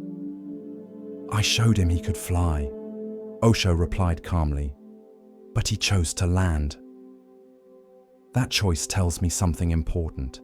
Your crane is imprisoned not by bamboo walls, but by comfort. He could leave any time, but he won't, because the enclosure has become more familiar than freedom. He looked at the monks gathered around him. And before you judge Haku too harshly, ask yourselves, how are you different? How many of you are living in comfortable enclosures of your own making, never attempting to fly because the familiar is safer than the possible? One young monk, named Botan, was particularly struck by this question. He realized he had been at the temple for 5 years, had taken preliminary vows, but had never fully committed to the monastic life.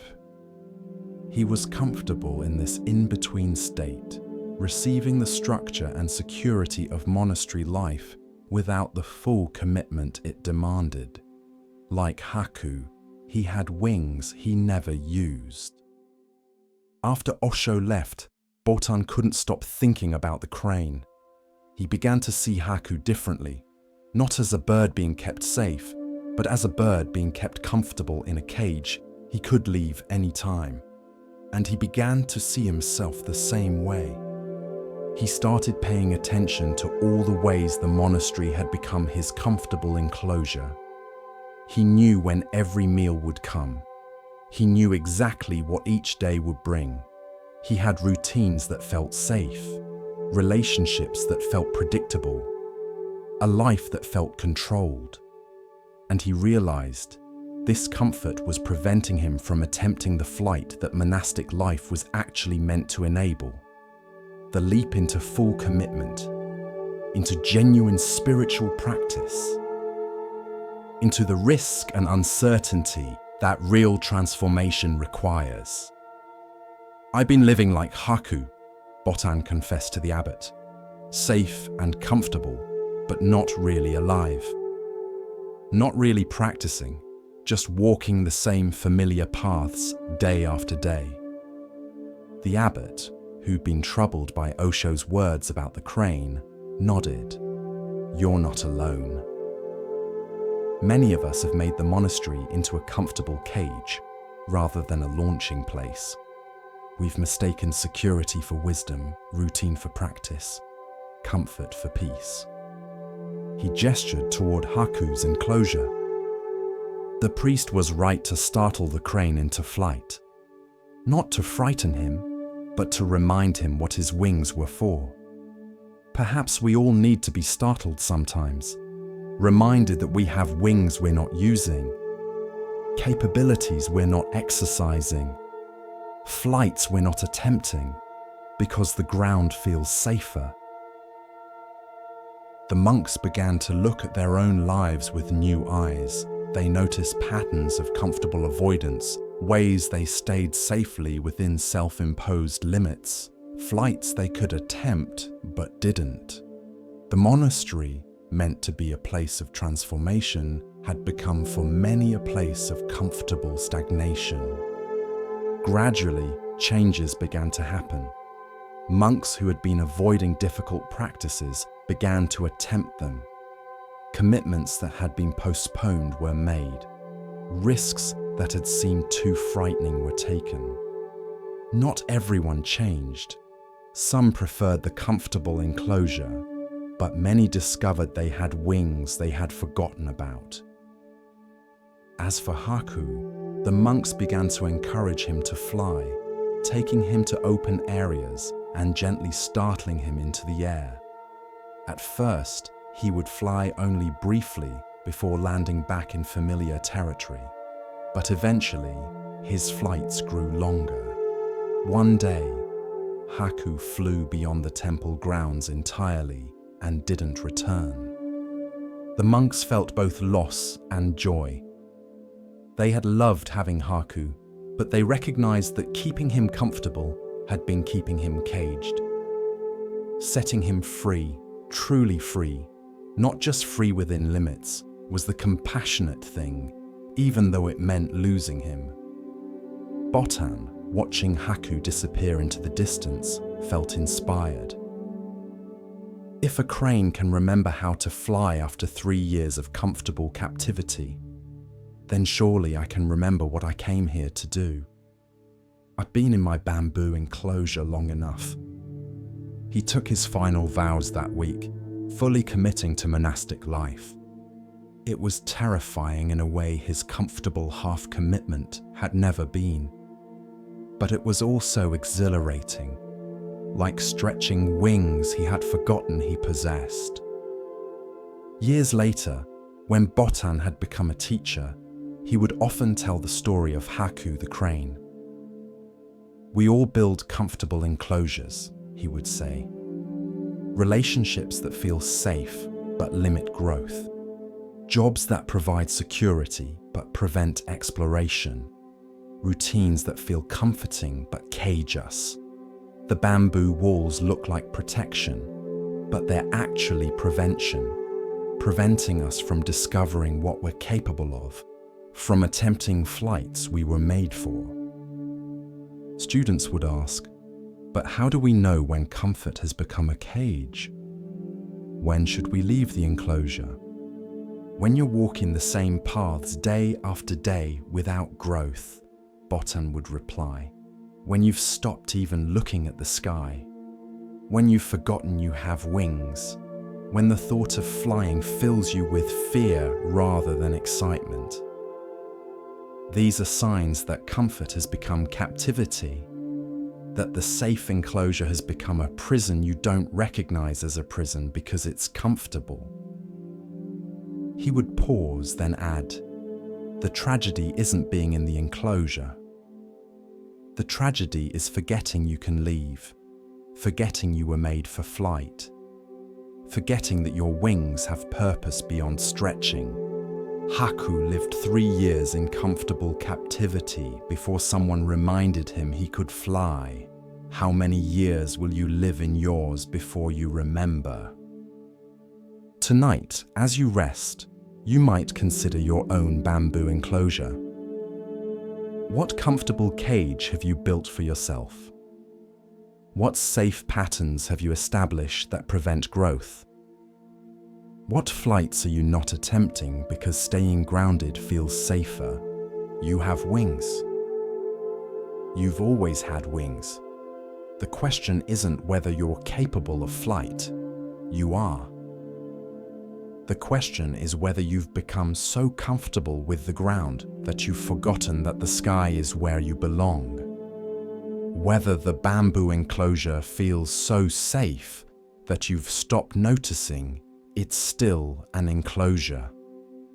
Rest tonight with this awareness. Tomorrow, you could fly. You could attempt something that terrifies you. You could leave the comfortable patterns and risk the unknown. You could stretch your wings, not just as exercise, but as preparation for actual flight. The cage isn't locked. It never was. You've just been comfortable enough that you forgot to try the door. Sleep now and dream of flying.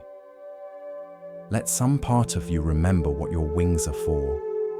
And when you wake, maybe, just maybe, you'll be ready to find out what happens when you actually use them.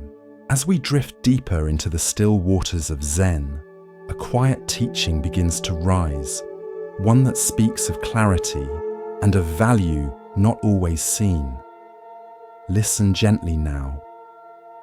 The next story begins. In the mountains far from any town, there lived a hermit named Ryanan who had retreated from society to live in solitude.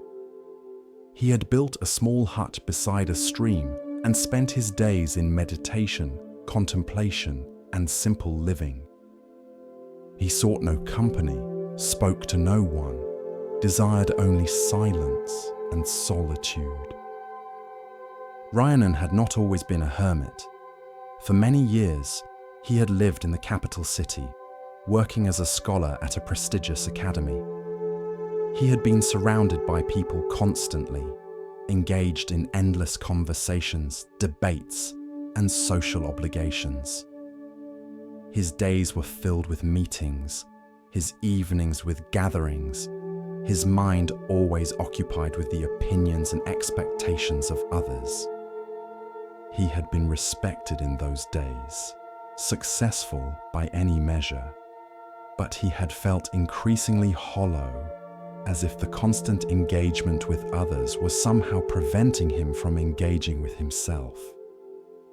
Every conversation pulled him outward. Every social obligation demanded he present a certain face, play a certain role. He began to feel like a performer in his own life, never quite sure who he was beneath all the performances. So one day, without announcement or explanation, Ryanan left. He walked away from his position, his reputation, his comfortable life, and disappeared into the mountains. He wanted only to be alone, to find in solitude what he had lost in society. For the first year, he lived in complete isolation. He built his hut with his own hands, slowly and carefully, in no particular hurry. He learned to grow simple vegetables. He learned the rhythms of the mountain, the patterns of weather, and the habits of the animals who shared the forest. He sat in meditation for hours each day, not trying to achieve anything, just sitting with the silence. The silence was difficult at first. His mind was so accustomed to constant stimulation that it created its own noise, replaying conversations, imagining scenarios, filling the quiet with internal chatter. But gradually, over months, the internal noise began to settle. Gaps appeared between thoughts. The silence became less empty and more full, filled with the subtle sounds of wind in trees, water over stones, his own breathing. Ryanan found that in this silence, he could hear things he had never heard before. Not voices or supernatural sounds, but deeper truths about himself and about life. Insights would arise naturally, not from thinking or reasoning, but from simply being present. He began to understand things he had studied for years, but never really grasped. The difference between knowledge and wisdom. The difference between being alone and being lonely. The difference between silence and emptiness. But something strange began to happen. The more Ryanan retreated into solitude, the more visitors he attracted. At first, it was just a wandering monk who happened upon his hut and asked for water. Ryanan gave him water, and the monk went on his way. But somehow, word spread. There was a hermit in the mountains, someone who had given up the world, someone who lived in complete simplicity and silence. People began to seek him out. They would make the long journey up the mountain path, arriving at his hut with questions, seeking wisdom, wanting to learn from this man who had withdrawn from society. At first, Ryanan was dismayed. He had come to the mountains precisely to escape people, to be alone. When he saw visitors approaching, he would hide inside his hut, waiting for them to leave. But they wouldn't leave. They would sit outside his door, sometimes for days, patient and persistent. Eventually, Ryanan realized that hiding was pointless. These people had traveled far to see him. The least he could do was acknowledge them. So he began to receive visitors, though reluctantly. He would listen to their questions and offer what responses came to him. He never tried to be wise or profound. He simply spoke from his experience of solitude and silence. The puzzling thing was that the more plainly he spoke, the more wisdom people found in his words. When he'd lived in the city, surrounded by people, busy with social obligations and scholarly debates, no one had sought his wisdom particularly. He had been respected, certainly, but not sought out as a teacher. Now that he had nothing to say and no desire to teach, people traveled great distances to hear from him. One day, he asked a visitor directly, "Why do you come here?" "I was a scholar once, surrounded by books and ideas and other learned people. No one traveled to seek my wisdom then. Now I live in a hut in the mountains. I've read no books in years, and I have no new ideas to offer. Why travel so far to talk to someone who has nothing to give you?" The visitor, a merchant named Taro, who had closed his business for a week to make this journey, thought carefully before answering. "In town," Taro said, "everyone is so busy talking that no one is listening. Everyone has so many ideas, so many opinions, so much they want to say that there's no space for wisdom to emerge. Conversations are just people waiting for their turn to speak, not actually hearing each other. You're different. You have silence. You have space. When you speak, even just a few words, they matter because they come from stillness rather than from the noise of a busy mind." He shifted his position on the ground where they sat. "And there's something else. In the city, I'm surrounded by people, but I feel more alone than you probably do here in your solitude. Everyone wants something from me. They want my money, my influence, my agreement, my approval.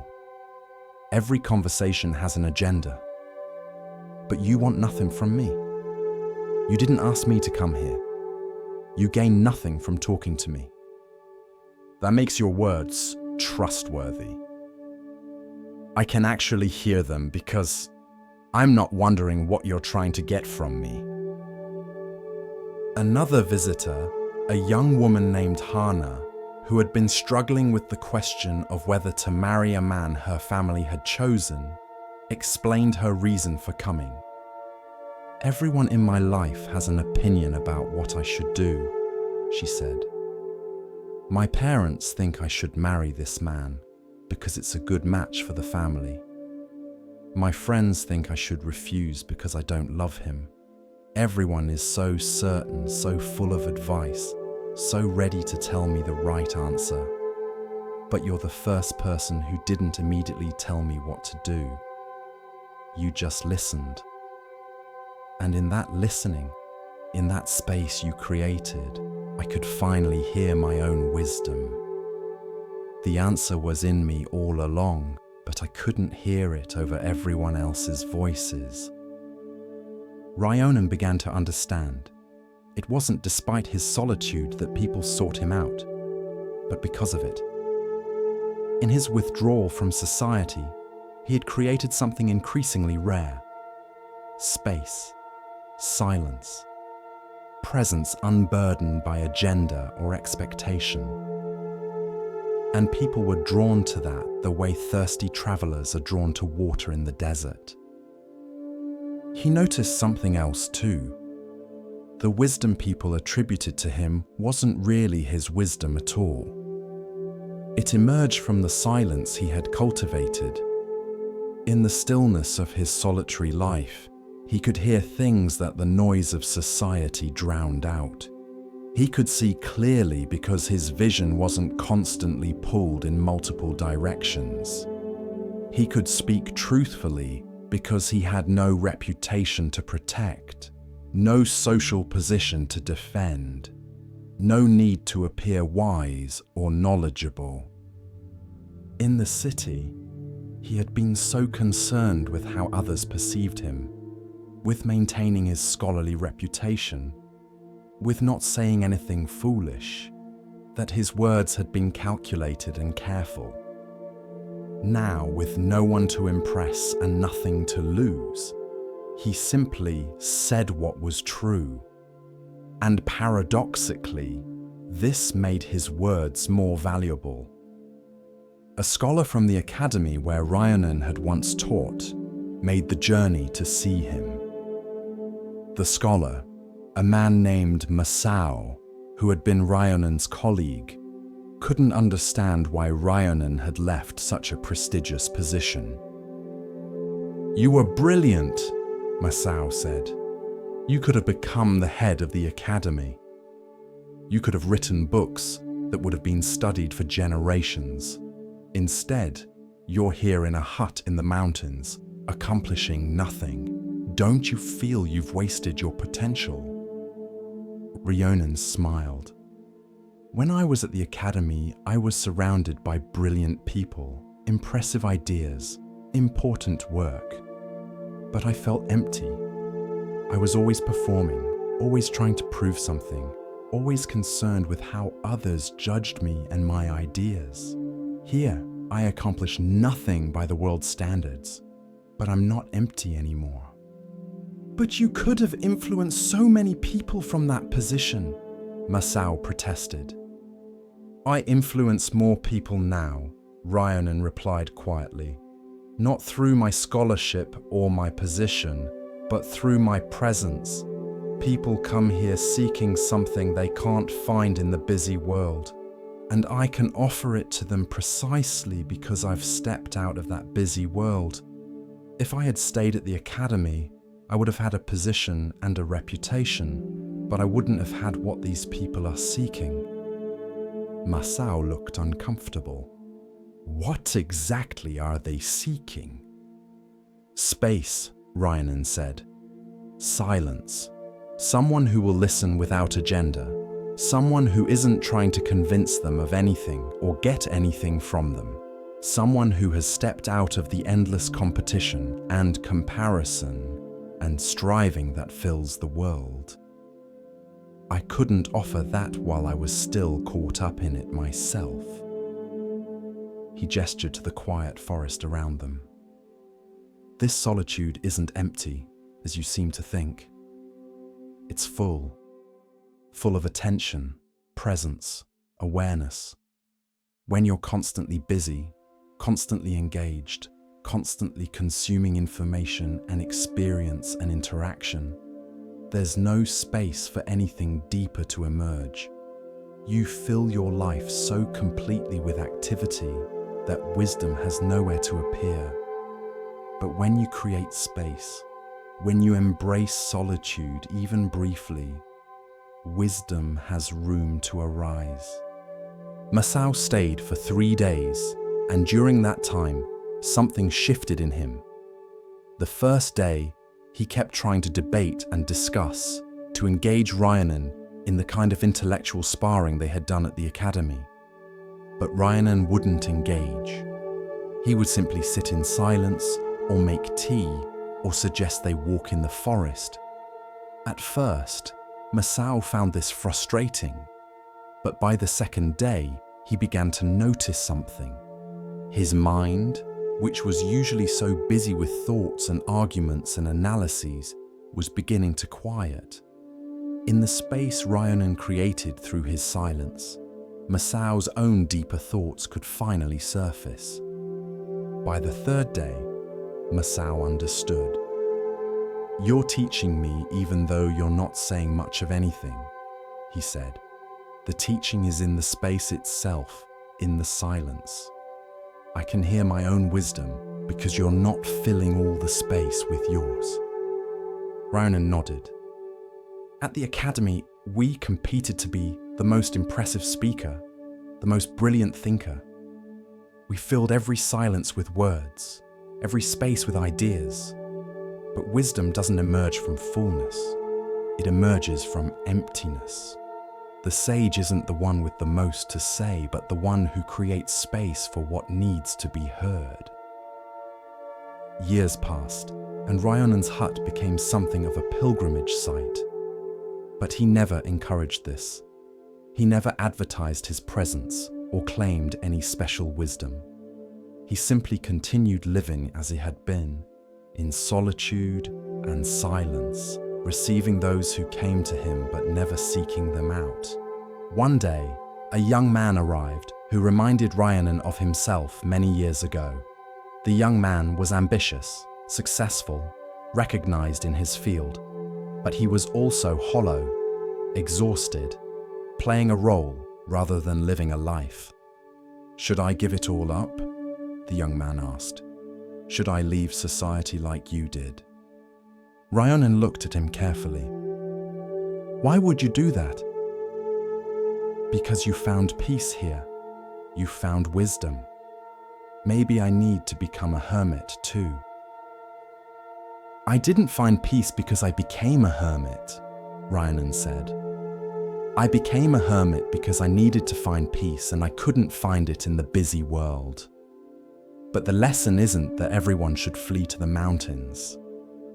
The lesson is about creating space, cultivating silence, stepping back from constant busyness and engagement. You can do that without leaving society." He poured tea for both of them. Some people need to physically retreat to learn solitude. Others can cultivate it right in the middle of the busy world. The external form matters less than the internal reality. What matters is whether you create space in your life for silence, for reflection, for listening to deeper wisdom. Whether you do that in a hut on a mountain or in a house in a city, the principle is the same. The young man looked disappointed. "So you're not going to tell me to become a hermit?" "I'm going to tell you to become familiar with solitude," Ryanan replied. "To learn to be alone without being lonely. To create spaces in your busy life where you're not consuming, not producing, not performing, just being. Maybe that means taking a walk alone each day. Maybe it means sitting in silence for an hour each morning. Maybe it means turning off all your devices for one day a week and just being present to yourself and to life. The specific form doesn't matter. What matters is that you stop filling every moment with activity and create space for something deeper to emerge. He looked out at the forest. People come here thinking I have some special wisdom to give them. But all I really offer is space and silence. And they discover that in that space, their own wisdom can finally be heard. The wisdom was always there. It was just drowned out by noise and busyness. Solitude doesn't create wisdom. It reveals the wisdom that was hidden. The young man stayed for a week, and each day, Rhiannon gave him less and less instruction. By the end of the week, they would sit together for hours without speaking, just being present to the silence and to each other. And the young man found that these silent hours taught him more than all the words he had heard in years of seeking teachers and reading books. When he left, he thanked Rhiannon. "I thought you would teach me something. Instead, you showed me how to hear what I already knew." "That's the only teaching worth giving," Rhiannon replied. As more years passed, Rhiannon noticed an interesting pattern. The people who traveled to see him once rarely came back. It wasn't that they were disappointed, but rather that they had learned what they needed to learn. They had experienced solitude, discovered their own inner wisdom, and carried that back to their lives.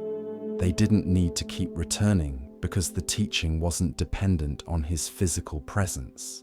It was about a principle they could apply anywhere. A few visitors did return, usually in times of crisis or transition, and Rhiannon always received them, but he noticed that these return visits were shorter. The people knew now how to create their own space, their own silence. They came not because they needed him specifically, but because his hut represented a physical manifestation of the inner solitude they were learning to cultivate. One day, an old friend from his academy days came to visit. This friend, whose name was Kenji, had become the head of the academy, achieving the position Rhiannon could have had. He arrived looking exhausted, burdened by responsibility and expectation. "I've achieved everything we once talked about achieving," Kenji said. "I have the position, the respect, the influence. So why do I feel so empty?" Rhiannon recognized this emptiness. It was what he had felt all those years ago, what had driven him to the mountains. "Because you have everything except space," Rhiannon said. "Your life is so full of accomplishment that there's no room left for being. You've filled every moment with doing, and you've lost touch with the silence beneath all the doing." "But I can't just abandon everything," Kenji protested. "I have responsibilities. People depend on me." "I'm not suggesting you abandon anything," Rhiannon replied. "I'm suggesting you find spaces within your full life where you can be empty. Even brief moments of solitude, of silence, of stopping. These moments are not wasted time. They're the moments where you reconnect with who you are beneath all your roles and responsibilities." He stood up and walked to the edge of his small clearing. "I came to the mountains because I needed radical solitude to remember myself. But now I carry that solitude with me. Even when visitors are here, even when I'm engaged with others, there's a core of silence in me that remains untouched. That's what you need to find. Not external solitude necessarily, but internal solitude that you can access even in the middle of busyness." Kenji stayed for several days, and Rhiannon taught him simple practices. Sitting in silence for even 10 minutes each morning. Taking a walk alone without purpose or destination. Eating one meal a day without distraction, just noticing the food and the act of eating. creating small pockets of solitude within a busy life. When Kenji returned to the academy, he began implementing these practices, and he found that these small moments of solitude transformed his entire experience of his busy life. He was less reactive, more present, more capable of hearing his own wisdom beneath the noise of constant demands. He wrote to Reinen, "I understand now what you've been teaching. Solitude isn't about being alone. It's about creating space. And that space is what allows wisdom to emerge, what allows us to hear truth, what allows us to be present rather than just constantly doing. Thank you for showing me that I didn't need to abandon my life. I just needed to find space within it." Reinen smiled when he read this letter. This was the real teaching. Not that everyone should become a hermit, but that everyone needs solitude in some form. Space where they're not performing, not producing, not consuming, just being. As Reinen grew older, he noticed that fewer visitors came, not because his reputation had diminished, but because the teaching had spread. People had learned to create their own solitude, their own silence. They didn't need to journey to a hut in the mountains because they had learned to find that mountain stillness within themselves wherever they were. One evening, as Reinen sat watching the sunset from his hut, he reflected on the paradox of his life. He had retreated to solitude, seeking only to be alone, and in doing so, he had touched more lives than he ever had in his busy years at the academy. By wanting nothing, he had given something valuable. By seeking no students, he had taught countless people. By embracing emptiness, he had offered fullness. The teaching wasn't really his, he realized. It was simply what emerged when space was created. The wisdom people found when they visited him wasn't his wisdom. It was their own wisdom, finally audible in the silence he created around himself. He was just a mirror, reflecting back to people what they already knew but had forgotten in the noise of their busy lives. Tonight, as you rest, you're entering into solitude. Not the solitude of a hermit in the mountains, but the solitude of sleep, of withdrawal from the day's engagements, of stepping back from constant doing into simple being. In this solitude, you might find what busy people seek from hermits: space where your own wisdom can be heard, silence where truth can emerge, emptiness where fullness becomes apparent. You don't need to travel to mountains or build a hut or give up your life. You just need to create moments like this one. Moments where you stop filling every space with activity and allow silence to speak. The wisdom you're seeking isn't somewhere else. It's here in you, waiting to be heard. But it can only be heard in silence, in solitude, in the space you create by ceasing to be constantly busy. Rest now in the solitude of this moment. Let the silence teach you. Let the space fill you. What you've been seeking in all your busy engagement with the world is here, has always been here, waiting in the quiet. Solitude doesn't attract wisdom from outside. It reveals the wisdom that was always inside, just waiting for space to emerge. Be still, be silent, be empty, and discover that emptiness is the fullness you've been seeking all along. With each breath, we continue our journey through the wisdom of Zen, where the smallest stone may hold the greatest truth. Here starts the next story. There was a poet named Ren who had written beautiful poems for many years. His words flowed easily, and people treasured his work. But one season, the words stopped coming. Ren would sit before blank paper, brush ready, ink prepared, and nothing would emerge. Day after day, week after week, the page remained empty. He tried everything. He read other poets' work, hoping for inspiration. He visited beautiful places, seeking images to capture. He forced himself to write, producing words that felt dead and hollow. Nothing worked. The emptiness persisted. Ren fell into despair. He believed he had lost his gift, that whatever spring of poetry had lived within him had dried up. He was no longer a poet, just someone sitting before blank pages, producing nothing. A Zen monk named Sengai heard of Ren's struggle and came to visit. He found the poet sitting in his study, surrounded by blank papers, looking defeated. "I can't write," Ren said. "The words are gone. I'm empty." Sengai picked up one of the blank pages, examining it carefully. "This paper looks full to me." Ren frowned.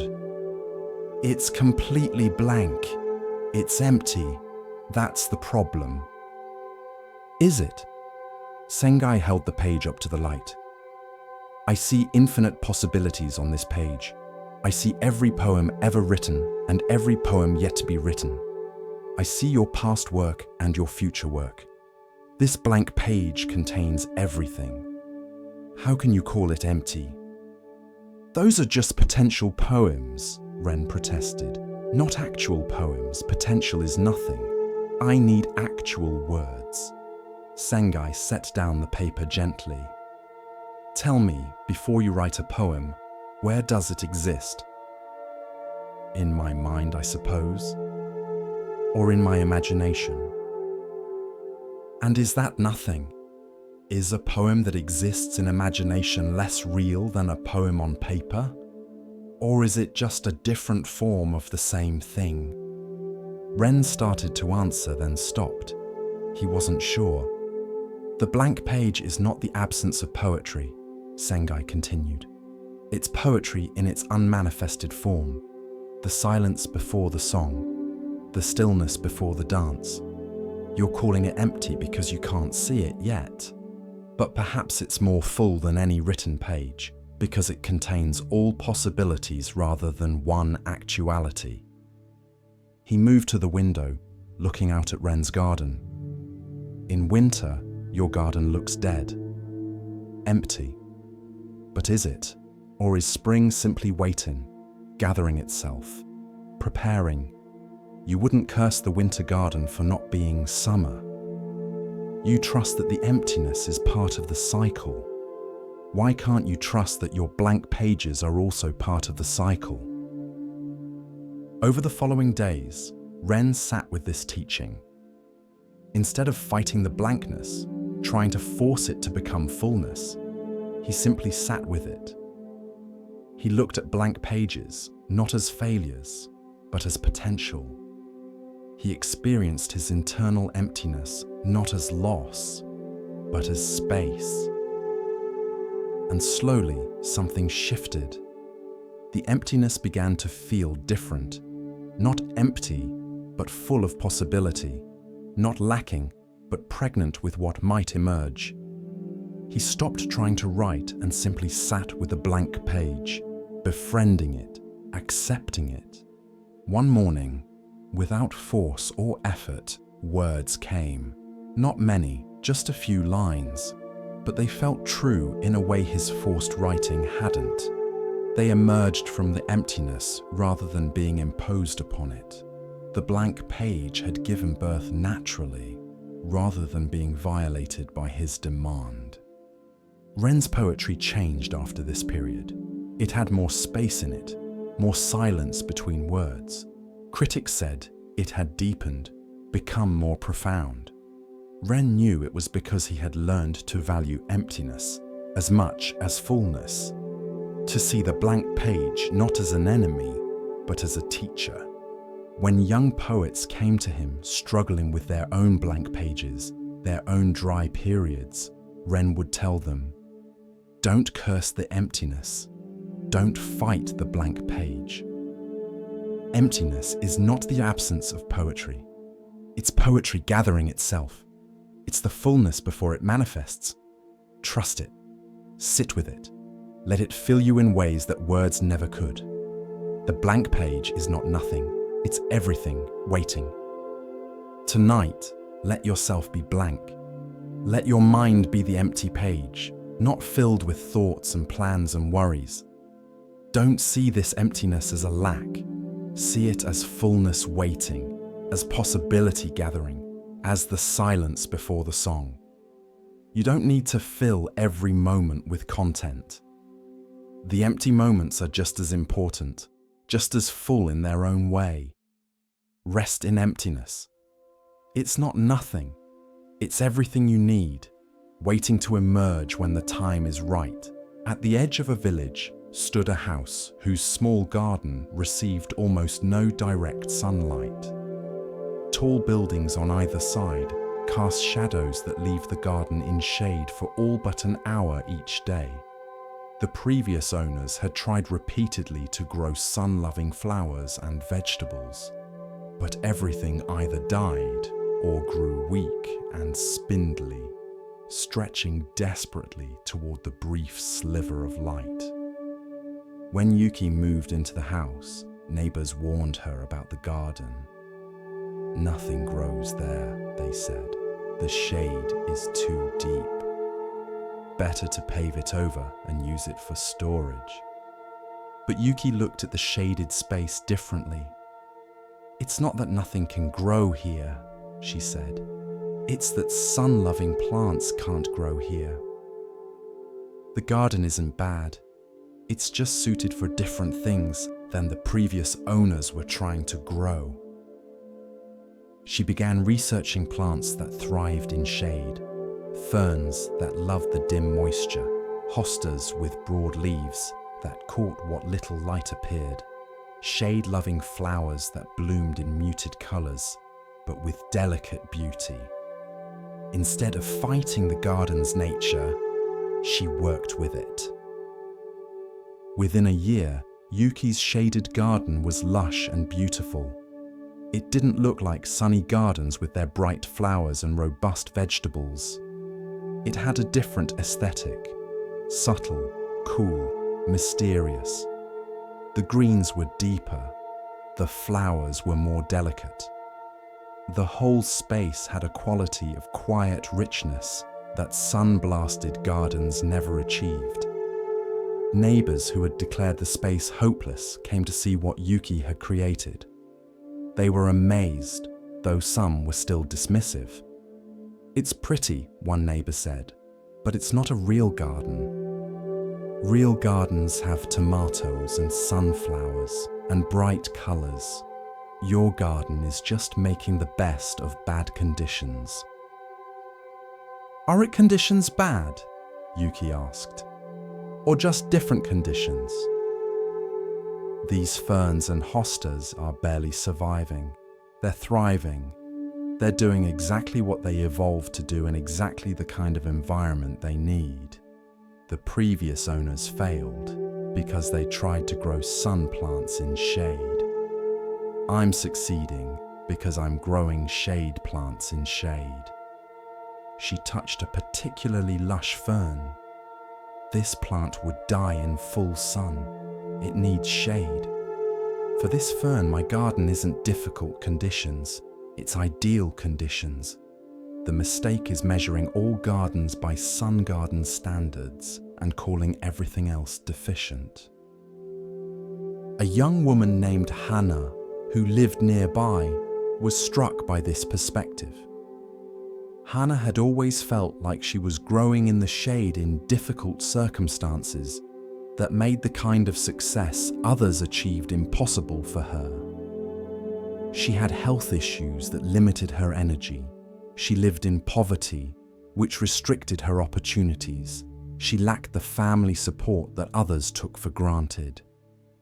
Everyone told her she needed to overcome these limitations, to find more light, to transform her difficult conditions into easier ones. But what if, like Yuki's garden, she just needed to stop trying to grow like a sun plant and instead discover how to thrive as a shade plant.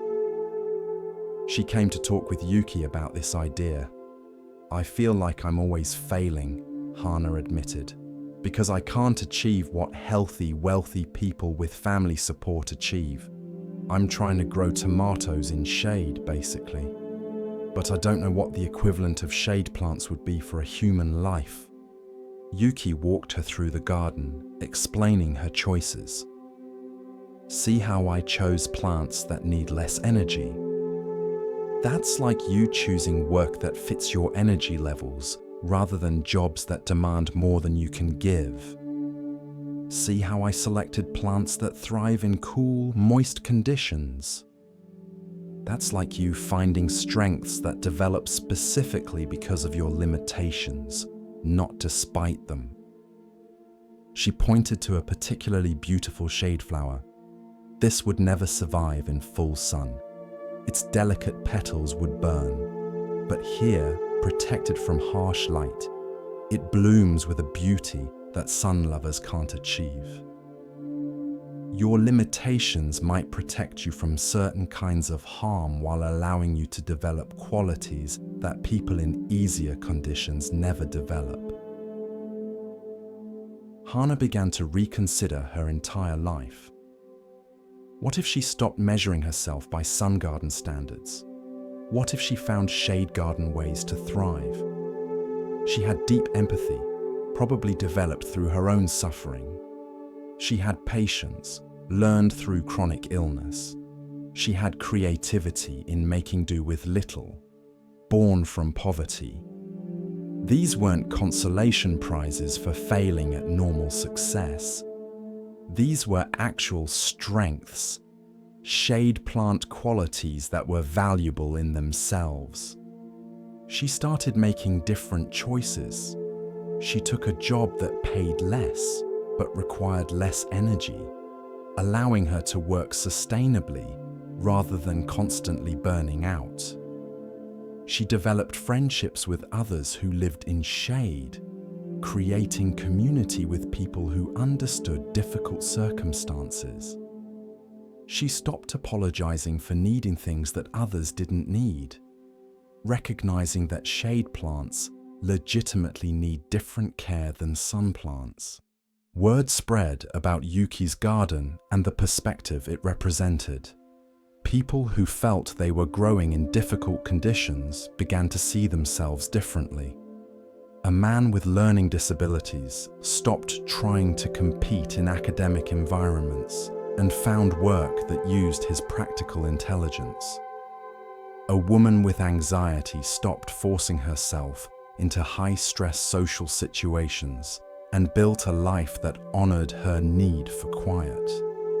A family with limited income stopped feeling inadequate for not achieving wealth and found richness in their strong relationships. The shade garden teaching, as people began to call it, spread beyond individuals to organizations.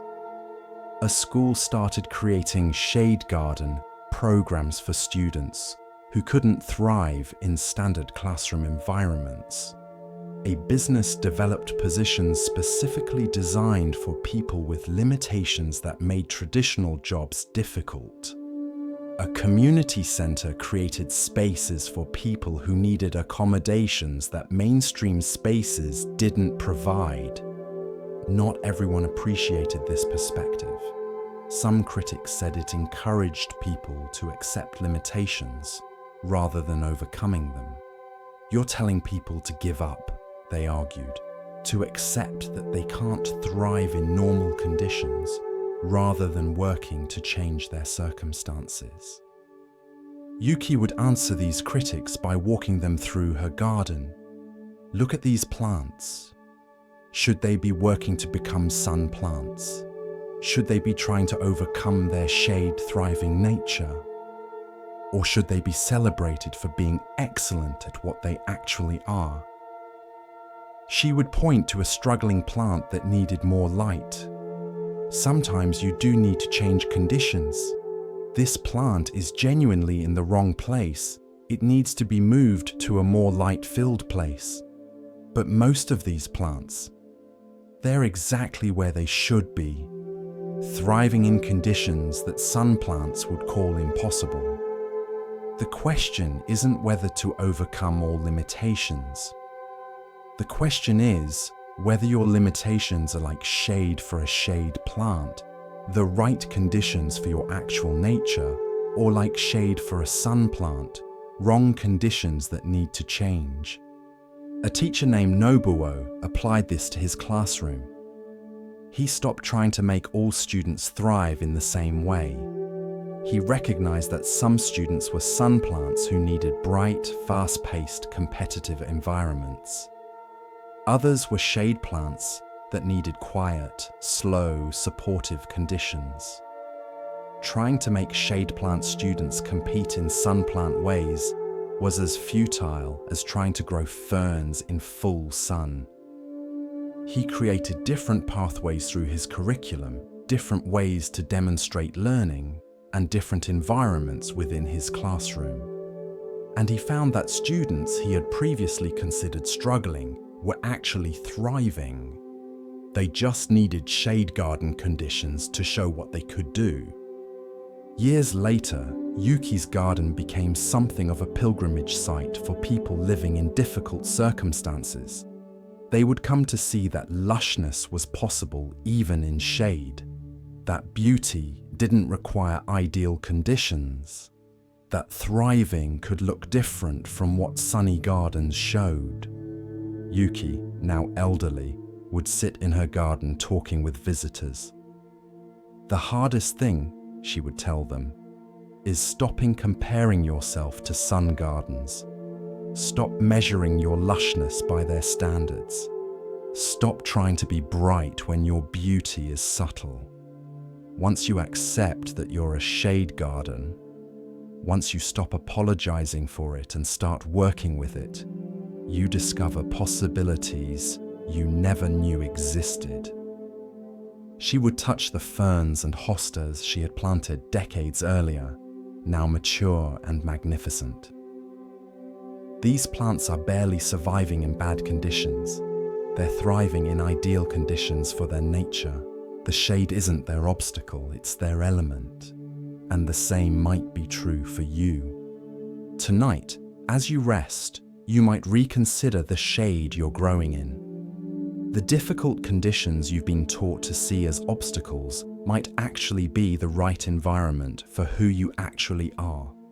Not who you think you should be, not who sun gardens demand, but who you actually are. Stop trying to grow sun plants in shade. Stop measuring yourself by standards designed for different conditions. Start asking, what does thriving look like for a shade plant? What can I grow that loves these exact conditions? What beauty can emerge specifically because of these limitations, not despite them? Rest now in your shade garden. Let yourself be a fern, a hosta, a delicate shade flower. Stop burning yourself trying to bloom in full sun. Sink into the cool moisture of your actual conditions and discover what wants to grow there. Shade isn't a deficiency. It's just a different light. And different light creates different beauty. Trust that yours is worth growing. The path of Zen unfolds like morning mist, soft and patient. In this next tale, we are invited to see, beyond appearance, into essence. Listen carefully to the next story. In a village known throughout the region for its ceramics, there lived a potter named Fumiko, who had inherited her father's workshop and his reputation for perfection. Her father had been famous for creating bowls so symmetrical, so flawless, that wealthy merchants would travel for days to purchase them. Every curve was exact. Every glaze was even. Every piece was a testament to complete control over the materials and process. Fumiko had learned her father's techniques perfectly. She could throw a bowl on the wheel with such precision that it seemed made by compass and ruler rather than human hands. She could apply glazes so evenly that no variation of color disturbed the surface. Her work was impeccable, and her success reflected that. Orders came from nobles and temples. Her workshop prospered. But Fumiko herself was miserable. Each piece she created felt lifeless to her, though she couldn't explain why. They were beautiful, yes, perfect, certainly. But holding one of her bowls felt like holding a cold stone. There was no warmth in them, no personality, no soul. They were technically masterful, but somehow empty. She tried to push these feelings away. After all, people praised her work constantly. They paid premium prices. They displayed her bowls in places of honor. Who was she to feel dissatisfied when she had achieved everything her father had taught her to achieve? One autumn, a traveling monk stopped at Fumiko's workshop. He was old, his robes worn but clean, his face weathered by years of walking mountain paths. He asked if he might trade a blessing for a simple bowl to carry his daily rice. Fumiko, who gave generously to monks, brought out one of her perfect bowls. "Please, take this, it's my gift." The monk held it, turning it slowly in his hands. His face was unreadable. "Is something wrong?" Fumiko asked. "It's very beautiful," the monk said carefully. "Very perfect." But where is the potter in this bowl? I see perfection, but I don't see you."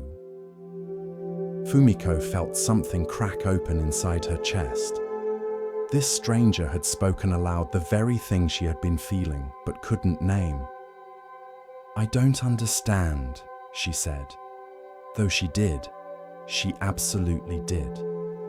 The monk set down the perfect bowl and pulled from his bag an old tea bowl he carried.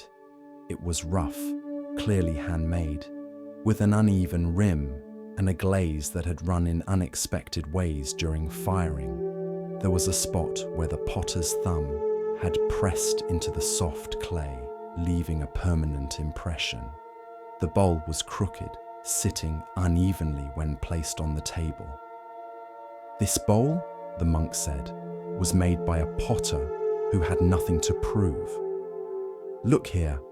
He pointed to the thumbprint. "I can see the exact moment when the clay was soft and the potter was human, and the two touched. This bowl tells me a story. It speaks of someone who was fully present while making it, not worried about perfection, just engaged with clay and water and fire." He lifted it to his lips, pretending to drink. "When I use this bowl, I'm touching that potter's humanity. The imperfection is not a flaw, it's a signature. It's proof that a real person, with real hands, in a real moment, made this thing." He looked at Fumiko's perfect bowl again. "Your bowl could have been made by a machine. It reveals nothing of you. It hides you behind perfect technique. It's beautiful, but it's also lonely." The monk thanked Fumiko for her generosity and continued on his way, taking her perfect bowl with him. But his words stayed in her workshop like smoke, impossible to ignore. That evening, Fumiko sat at her wheel with a fresh ball of clay. She began to throw a bowl, but this time, she did something different. When her hand slipped slightly, creating a small wobble in the rim, she didn't smooth it away. She left it. When a bit of glaze dripped unevenly during application, she let it drip. When her thumb pressed too hard in one spot, leaving an impression, she allowed it to remain. Every instinct she had, every lesson from her father, screamed at her to fix these flaws. But she resisted. She let the bowl be what it wanted to be, imperfect and honest and human. When it came out of the kiln, Fumiko held it with trembling hands. It was crooked. One side was slightly higher than the other. The glaze was uneven, darker in some places, lighter in others. There was a clear thumbprint in the clay and a small crack that had formed during firing but hadn't broken all the way through. By every standard she had been taught, this bowl was a failure. But as she held it, turning it slowly in the light, she felt something she had never felt holding her perfect bowls. She felt moved. This bowl had a presence. It spoke of the afternoon she had made it, the way the light had come through the window, the mood she had been in, the questions turning in her mind. It was unique in all the world.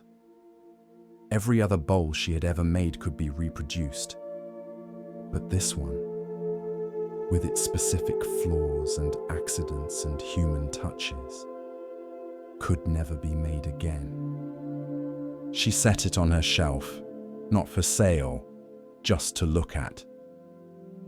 The next day, a customer came to the workshop, a tea master from the capital who had purchased Fumiko's bowls for years. "Show me your new work," he said. Fumiko brought out her usual pieces, perfect and symmetrical.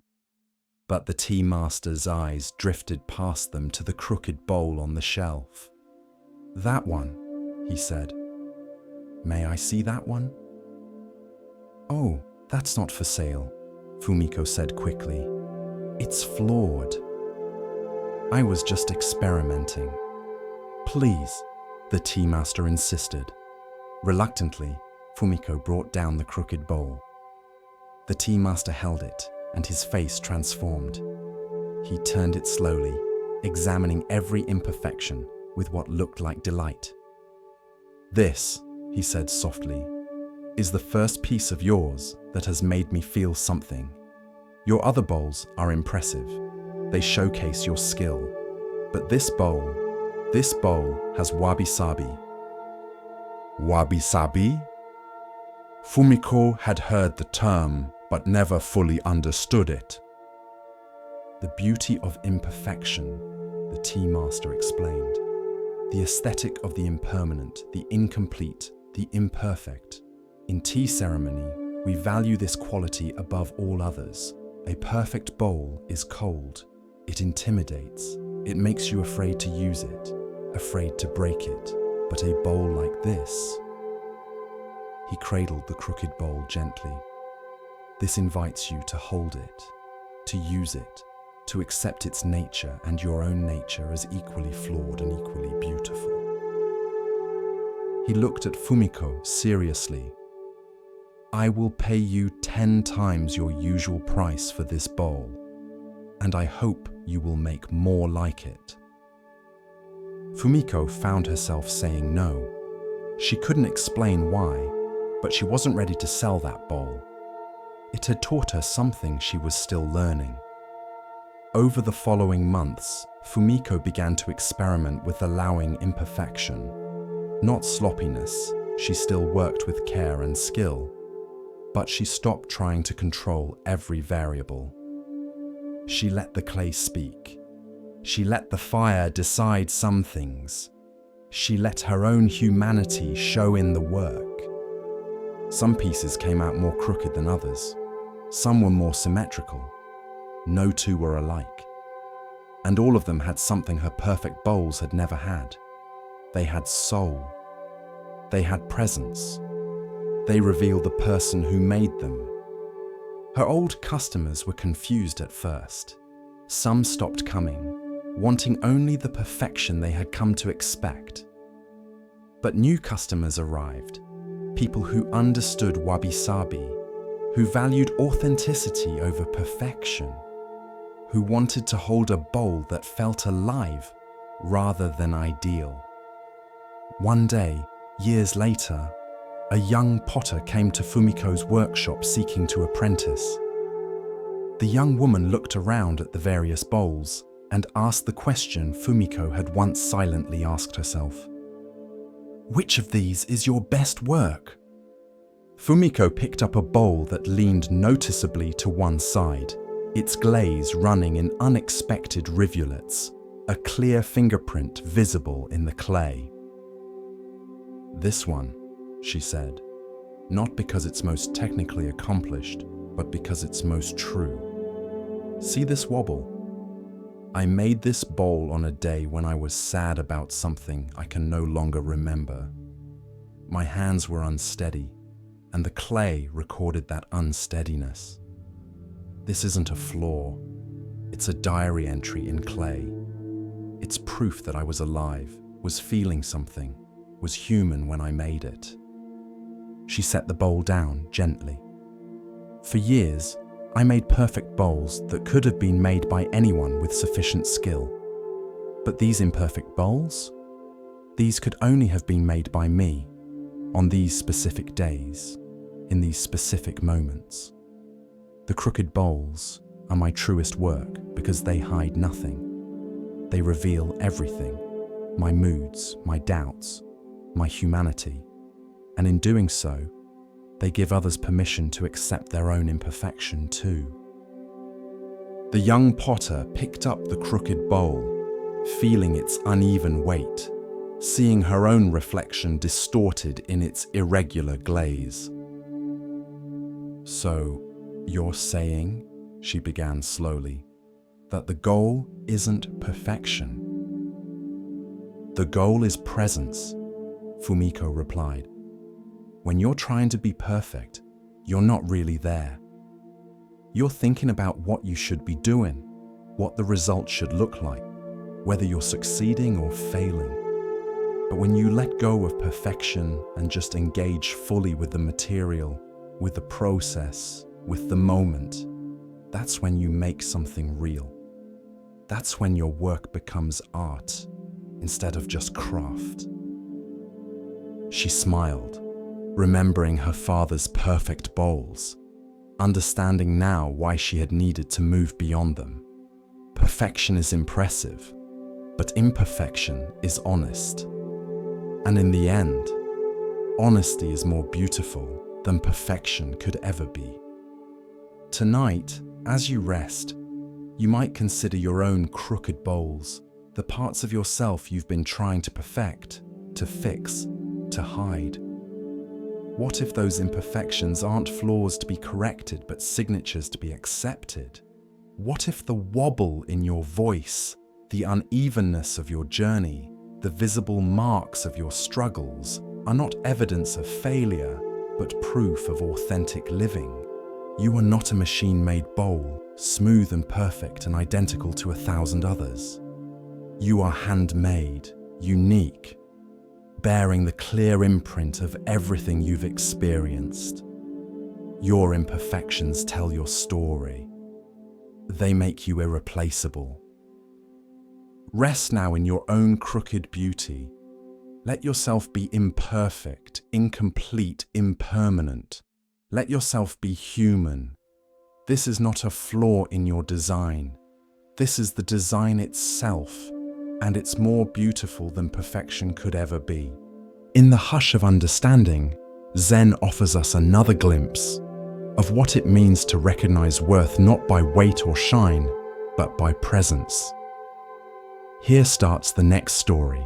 In a province divided by a deep gorge, there lived a master bridge builder named Kazuo. He had constructed bridges across rivers, over valleys, spanning impossible distances.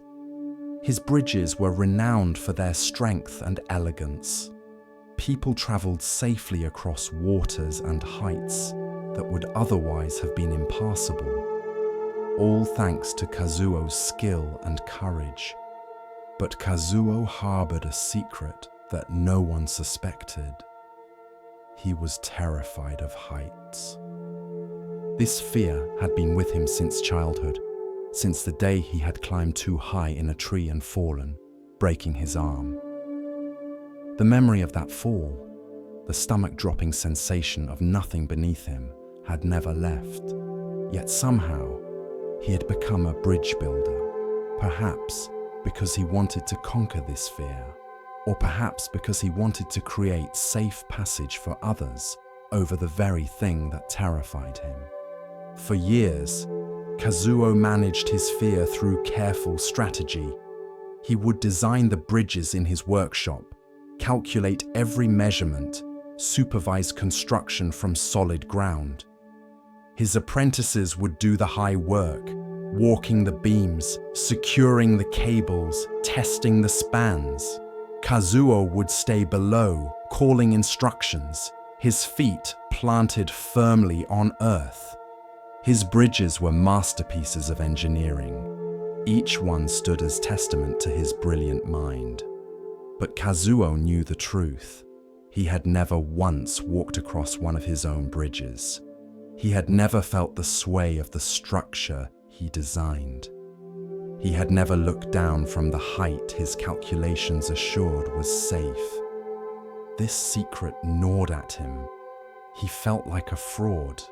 How could he call himself a master bridge builder if he was too afraid to cross his own creations? One spring, the provincial governor commissioned Kazuo to build his most ambitious bridge yet. A span across the deepest part of the gorge, connecting two mountain villages that had been isolated from each other for generations. The bridge would need to be long, high, and strong enough to withstand the winds that howled through the gorge. Kazuo accepted the commission. He drew the plans, made the calculations, selected the materials. Construction began, and as always, his apprentices did the high work while Kazuo supervised from below. The bridge took 2 years to complete. When it was finished, it was magnificent.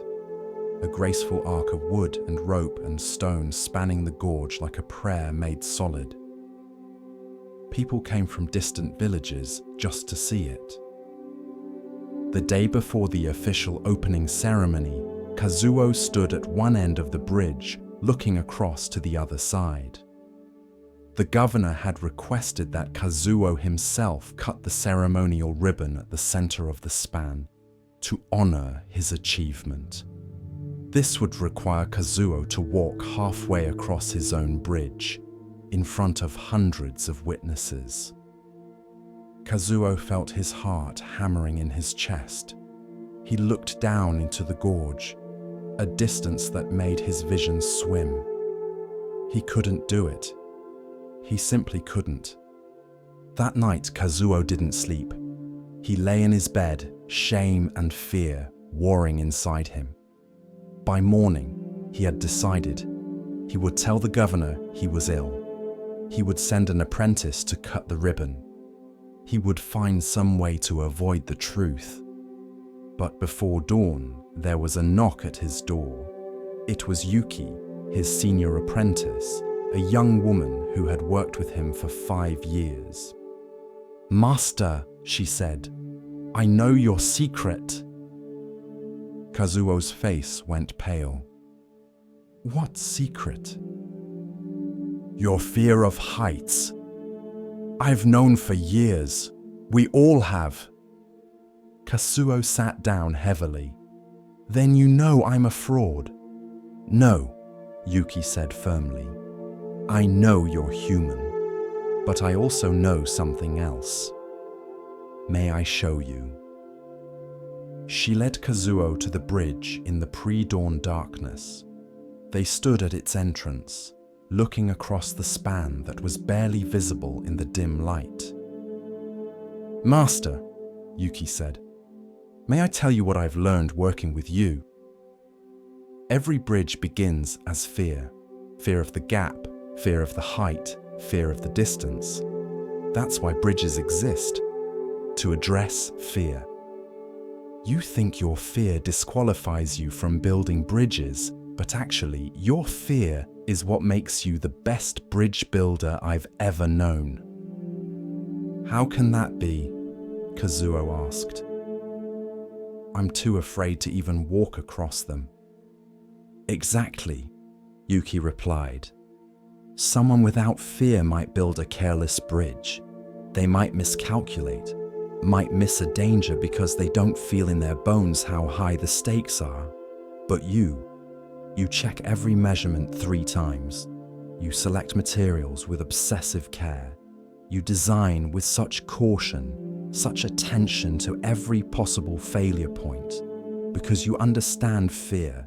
Your bridges are so safe precisely because you're so afraid. She stepped onto the bridge, her feet confident on the boards. Come. Just 1 step. Kazuo took 1 step onto the bridge. His legs trembled. The fear you're feeling, Yuki said. Where is it? Is it in the bridge? Kazuo looked down at the solid boards beneath his feet. No, the bridge is fine. Is it in the gorge? Is the gorge reaching up to hurt you? No. So where is the fear? Kazuo touched his chest. It's in me. It's in my mind. Yes, Yuki said gently. The danger you fear exists only in your imagination. The bridge is real, the gorge is real, but the catastrophe you're imagining, the falling, the failing, the shame, that's not real. That's a story your mind is telling about what might happen, not what is happening. She took another step. Come, 1 more step. Don't think about the whole bridge, just this 1 step. Kazuo took another step, then another. He kept his eyes on Yuki, on the boards directly beneath him, not looking down into the gorge, not thinking about the distance to the other side. The fear says you'll fall, Yuki continued, walking slowly backward, leading him forward. But have you fallen?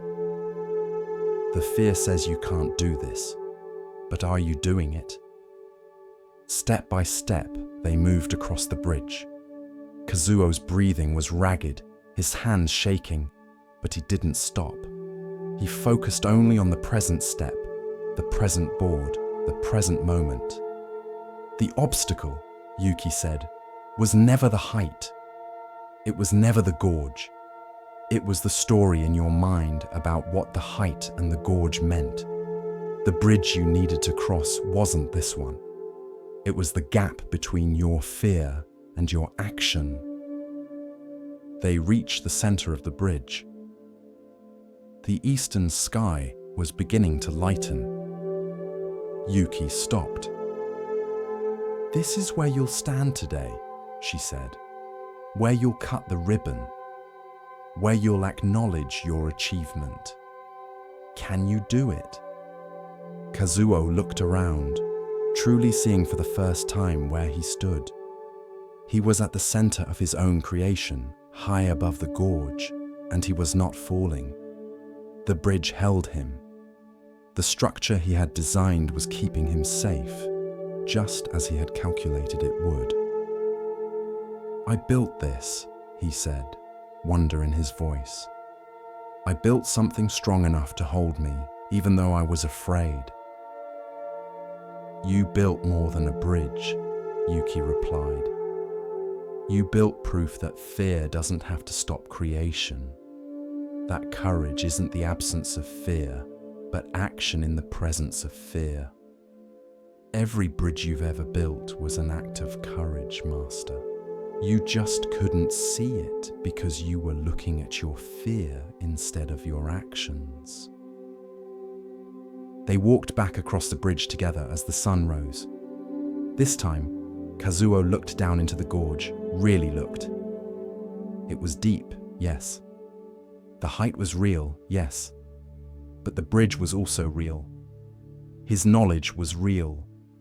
His years of careful calculation were real. The fear was just one truth among many, not the only truth. That afternoon, when the ceremony began, Kazuo walked across his bridge in front of hundreds of people. His hands still shook slightly. His heart still beat fast.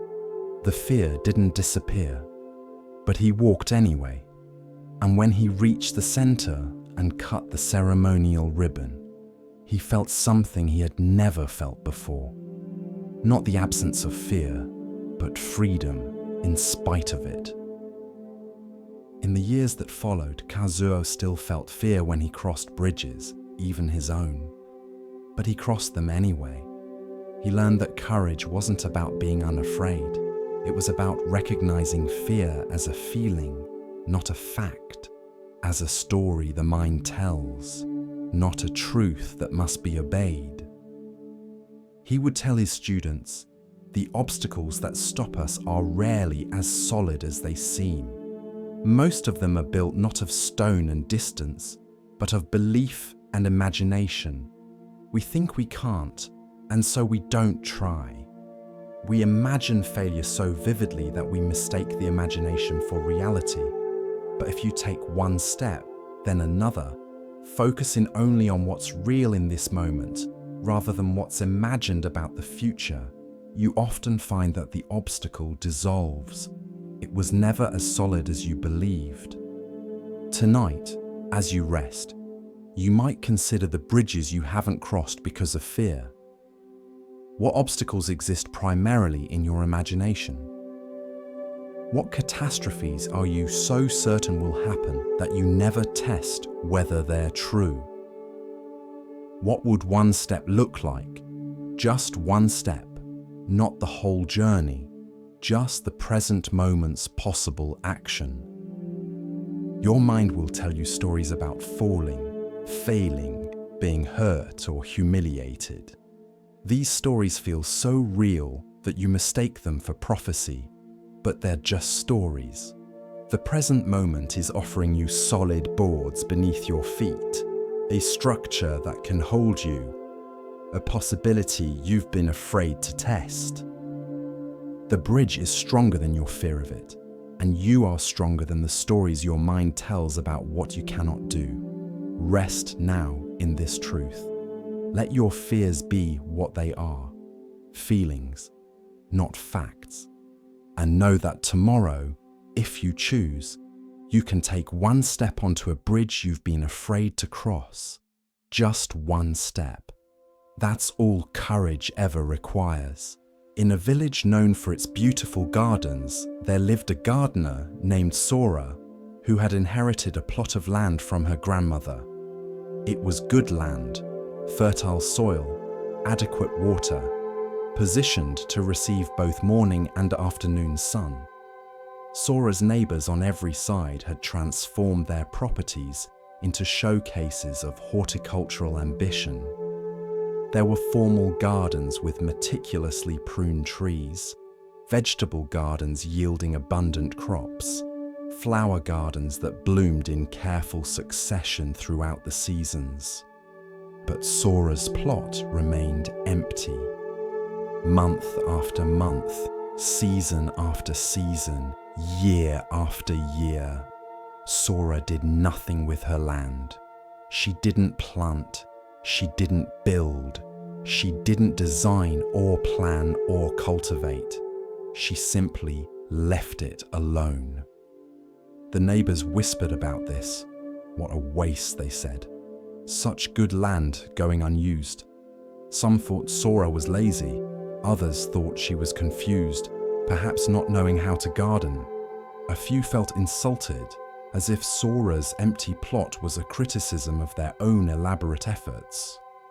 One neighbour, a proud man named Takeshi, whose garden featured rare specimens from distant provinces, finally confronted Sora one spring morning. "Excuse me," he said, his tone barely polite, "but don't you think you should do something with your land? It's an eyesore, frankly, just weeds and wild grass. You're bringing down the beauty of the whole neighborhood." Sora, who had been sitting on her porch drinking tea, smiled gently. "What would you suggest I plant?" "Well, anything," Takeshi gestured expansively. "Vegetables, flowers, trees. Something useful or beautiful. Something that shows you care." "Come," Sora said, standing up. "Let me show you something." She led Takeshi into her supposedly empty plot, but as they walked among the unmown grass and untamed growth, Takeshi began to notice things he hadn't seen from a distance.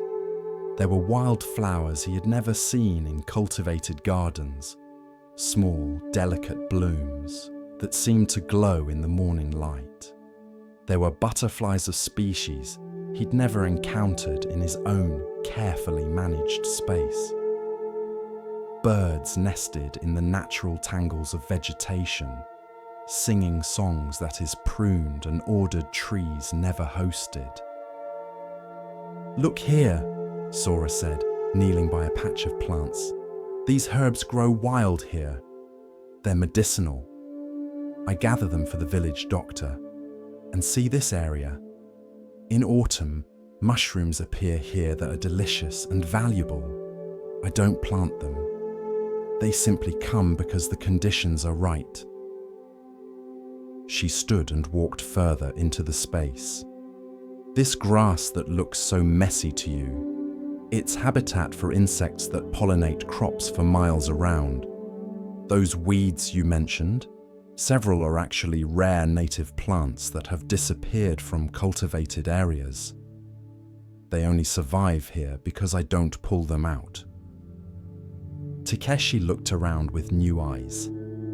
What he had seen as neglected chaos was actually a thriving ecosystem. What he had judged as emptiness was actually fullness of a different kind. "But you didn't plant any of this," he said, still confused. "You didn't make it happen." "Exactly," Sora replied. "I didn't plant because the land knew better than I did what should grow here. My grandmother taught me this. She said, sometimes the wisest action is to do nothing. Not from laziness, but from trust. Trust that nature has its own intelligence. Trust that things want to grow. Trust that not every space needs to be controlled and designed and managed." She bent down and touched the wild grass gently. "If I had planted a formal garden, I would be fighting against this land's nature. I would pull these native plants to make room for what I decided should be here. I would disrupt the birds and butterflies. I would impose my idea of beauty onto something that already has its own beauty. And I would be working constantly, weeding, watering, pruning, managing. Instead, I do almost nothing, and look what abundance appears." Takeshi was quiet for a long moment. He thought about his own garden, the hours of work it demanded, the constant vigilance against anything growing where he hadn't planned, the way he fought against the land's own tendencies to maintain his vision of order and beauty. "But don't you want to create something?" he asked. "Don't you want to make your mark?" "I am making my mark," Sora said. "I'm making it by not making it.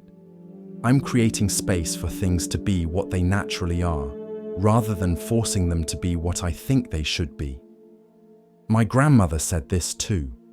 Wu Wei, action through non-action. The doing that comes from not doing. This is not the same as doing nothing. This is carefully doing nothing, intentionally not interfering, wisely allowing." Over the following months, Takeshi found himself visiting Sora's wild plot more often. There was something restful about it, something his own controlled garden didn't offer. In his garden, every plant was in its place, every edge was trimmed, everything was as it should be, according to his plan. It was beautiful, but it was also rigid, tense. It required constant maintenance to prevent nature from asserting its own ideas. In Sora's plot, everything was relaxed. Plants grew where they wanted. Animals came and went freely. The whole space had a quality of natural ease that invited him to ease as well. One day he asked Sora, "How do you know when to act and when not to act? How do you know when doing nothing is wisdom and when it's just avoidance? Sora thought about this carefully. I watch, she said. I pay attention. When I see something struggling that needs help, I help. When I see something growing well on its own, I leave it alone. When I see an invasive plant that will choke out everything else, I remove it. But most of the time, I just watch and trust. The land tells me what it needs. I don't impose my ideas onto it. She smiled. You know the difference in your own life, don't you? Sometimes you push when pushing is needed. Sometimes you rest when rest is needed. Sometimes you act. Sometimes you wait. The wisdom is in knowing which is which. Not having a rule that you must always act or must always do nothing, but being present enough to sense what this particular moment is asking for. Years passed. Sora's plot remained unplanted, but it became known throughout the region as a refuge for rare plants and animals. Scientists visited to study the species that had disappeared from more cultivated areas but thrived in her space. Children came to see the butterflies and birds. People feeling stressed would sit at the edge of her property, finding peace in its wild beauty. Takeshi gradually changed his approach to his own garden. He didn't abandon it entirely, but he created areas where he did less, managed less, controlled less. And he was surprised to find that these areas often became his favorites. The places where unexpected beauty appeared, where nature revealed its own intelligence. One evening, sitting with Sora on her porch, looking out at her wild plot as fireflies began to light up the dusk, Takeshi said, I used to think you were lazy. Now I understand you were wise. You saw that not every space needs to be filled. Not every plan needs to be executed. Not every action needs to be taken. Sometimes the most productive thing we can do is create space and then get out of the way. Sora nodded. My grandmother had one more saying. The usefulness of a cup is in its emptiness. The usefulness of a house is in its empty space. The usefulness of action is in the space around it where non-action lives. You cannot act wisely if you're always acting. You cannot create room for things to grow if you're always filling every space with your own ideas. She sipped her tea, watching the fireflies. I didn't plant this garden, but I tended it through my not planting. I created it through my not creating, and what appeared was more beautiful, more alive, more true than anything I could have forced into being. Tonight, as you rest, you might consider where in your life you're overacting, over-planning, over-controlling. Where are you filling space that might be better left empty? Where are you imposing your will onto something that has its own wisdom? Where are you so busy doing that you've forgotten the power of allowing? Rest itself is a practice of productive non-action. You don't make yourself sleep. You create conditions for sleep and then get out of the way. You don't force relaxation. You allow it by ceasing to prevent it. Let yourself be like Sora's empty garden tonight, unplanted, unmanaged, allowed to be what it naturally wants to be. Trust that things want to grow, want to rest, want to restore themselves. Your job isn't to force this process, but to create space for it, and then wisely, carefully, intentionally, do nothing at all. Sometimes the most productive thing you can do is nothing. And sometimes doing nothing is the hardest, most important work of all. As the lantern of awareness glows a little brighter, we come to a tale about seeing with more than the eyes. Let the stillness guide you now, and listen carefully to the next story.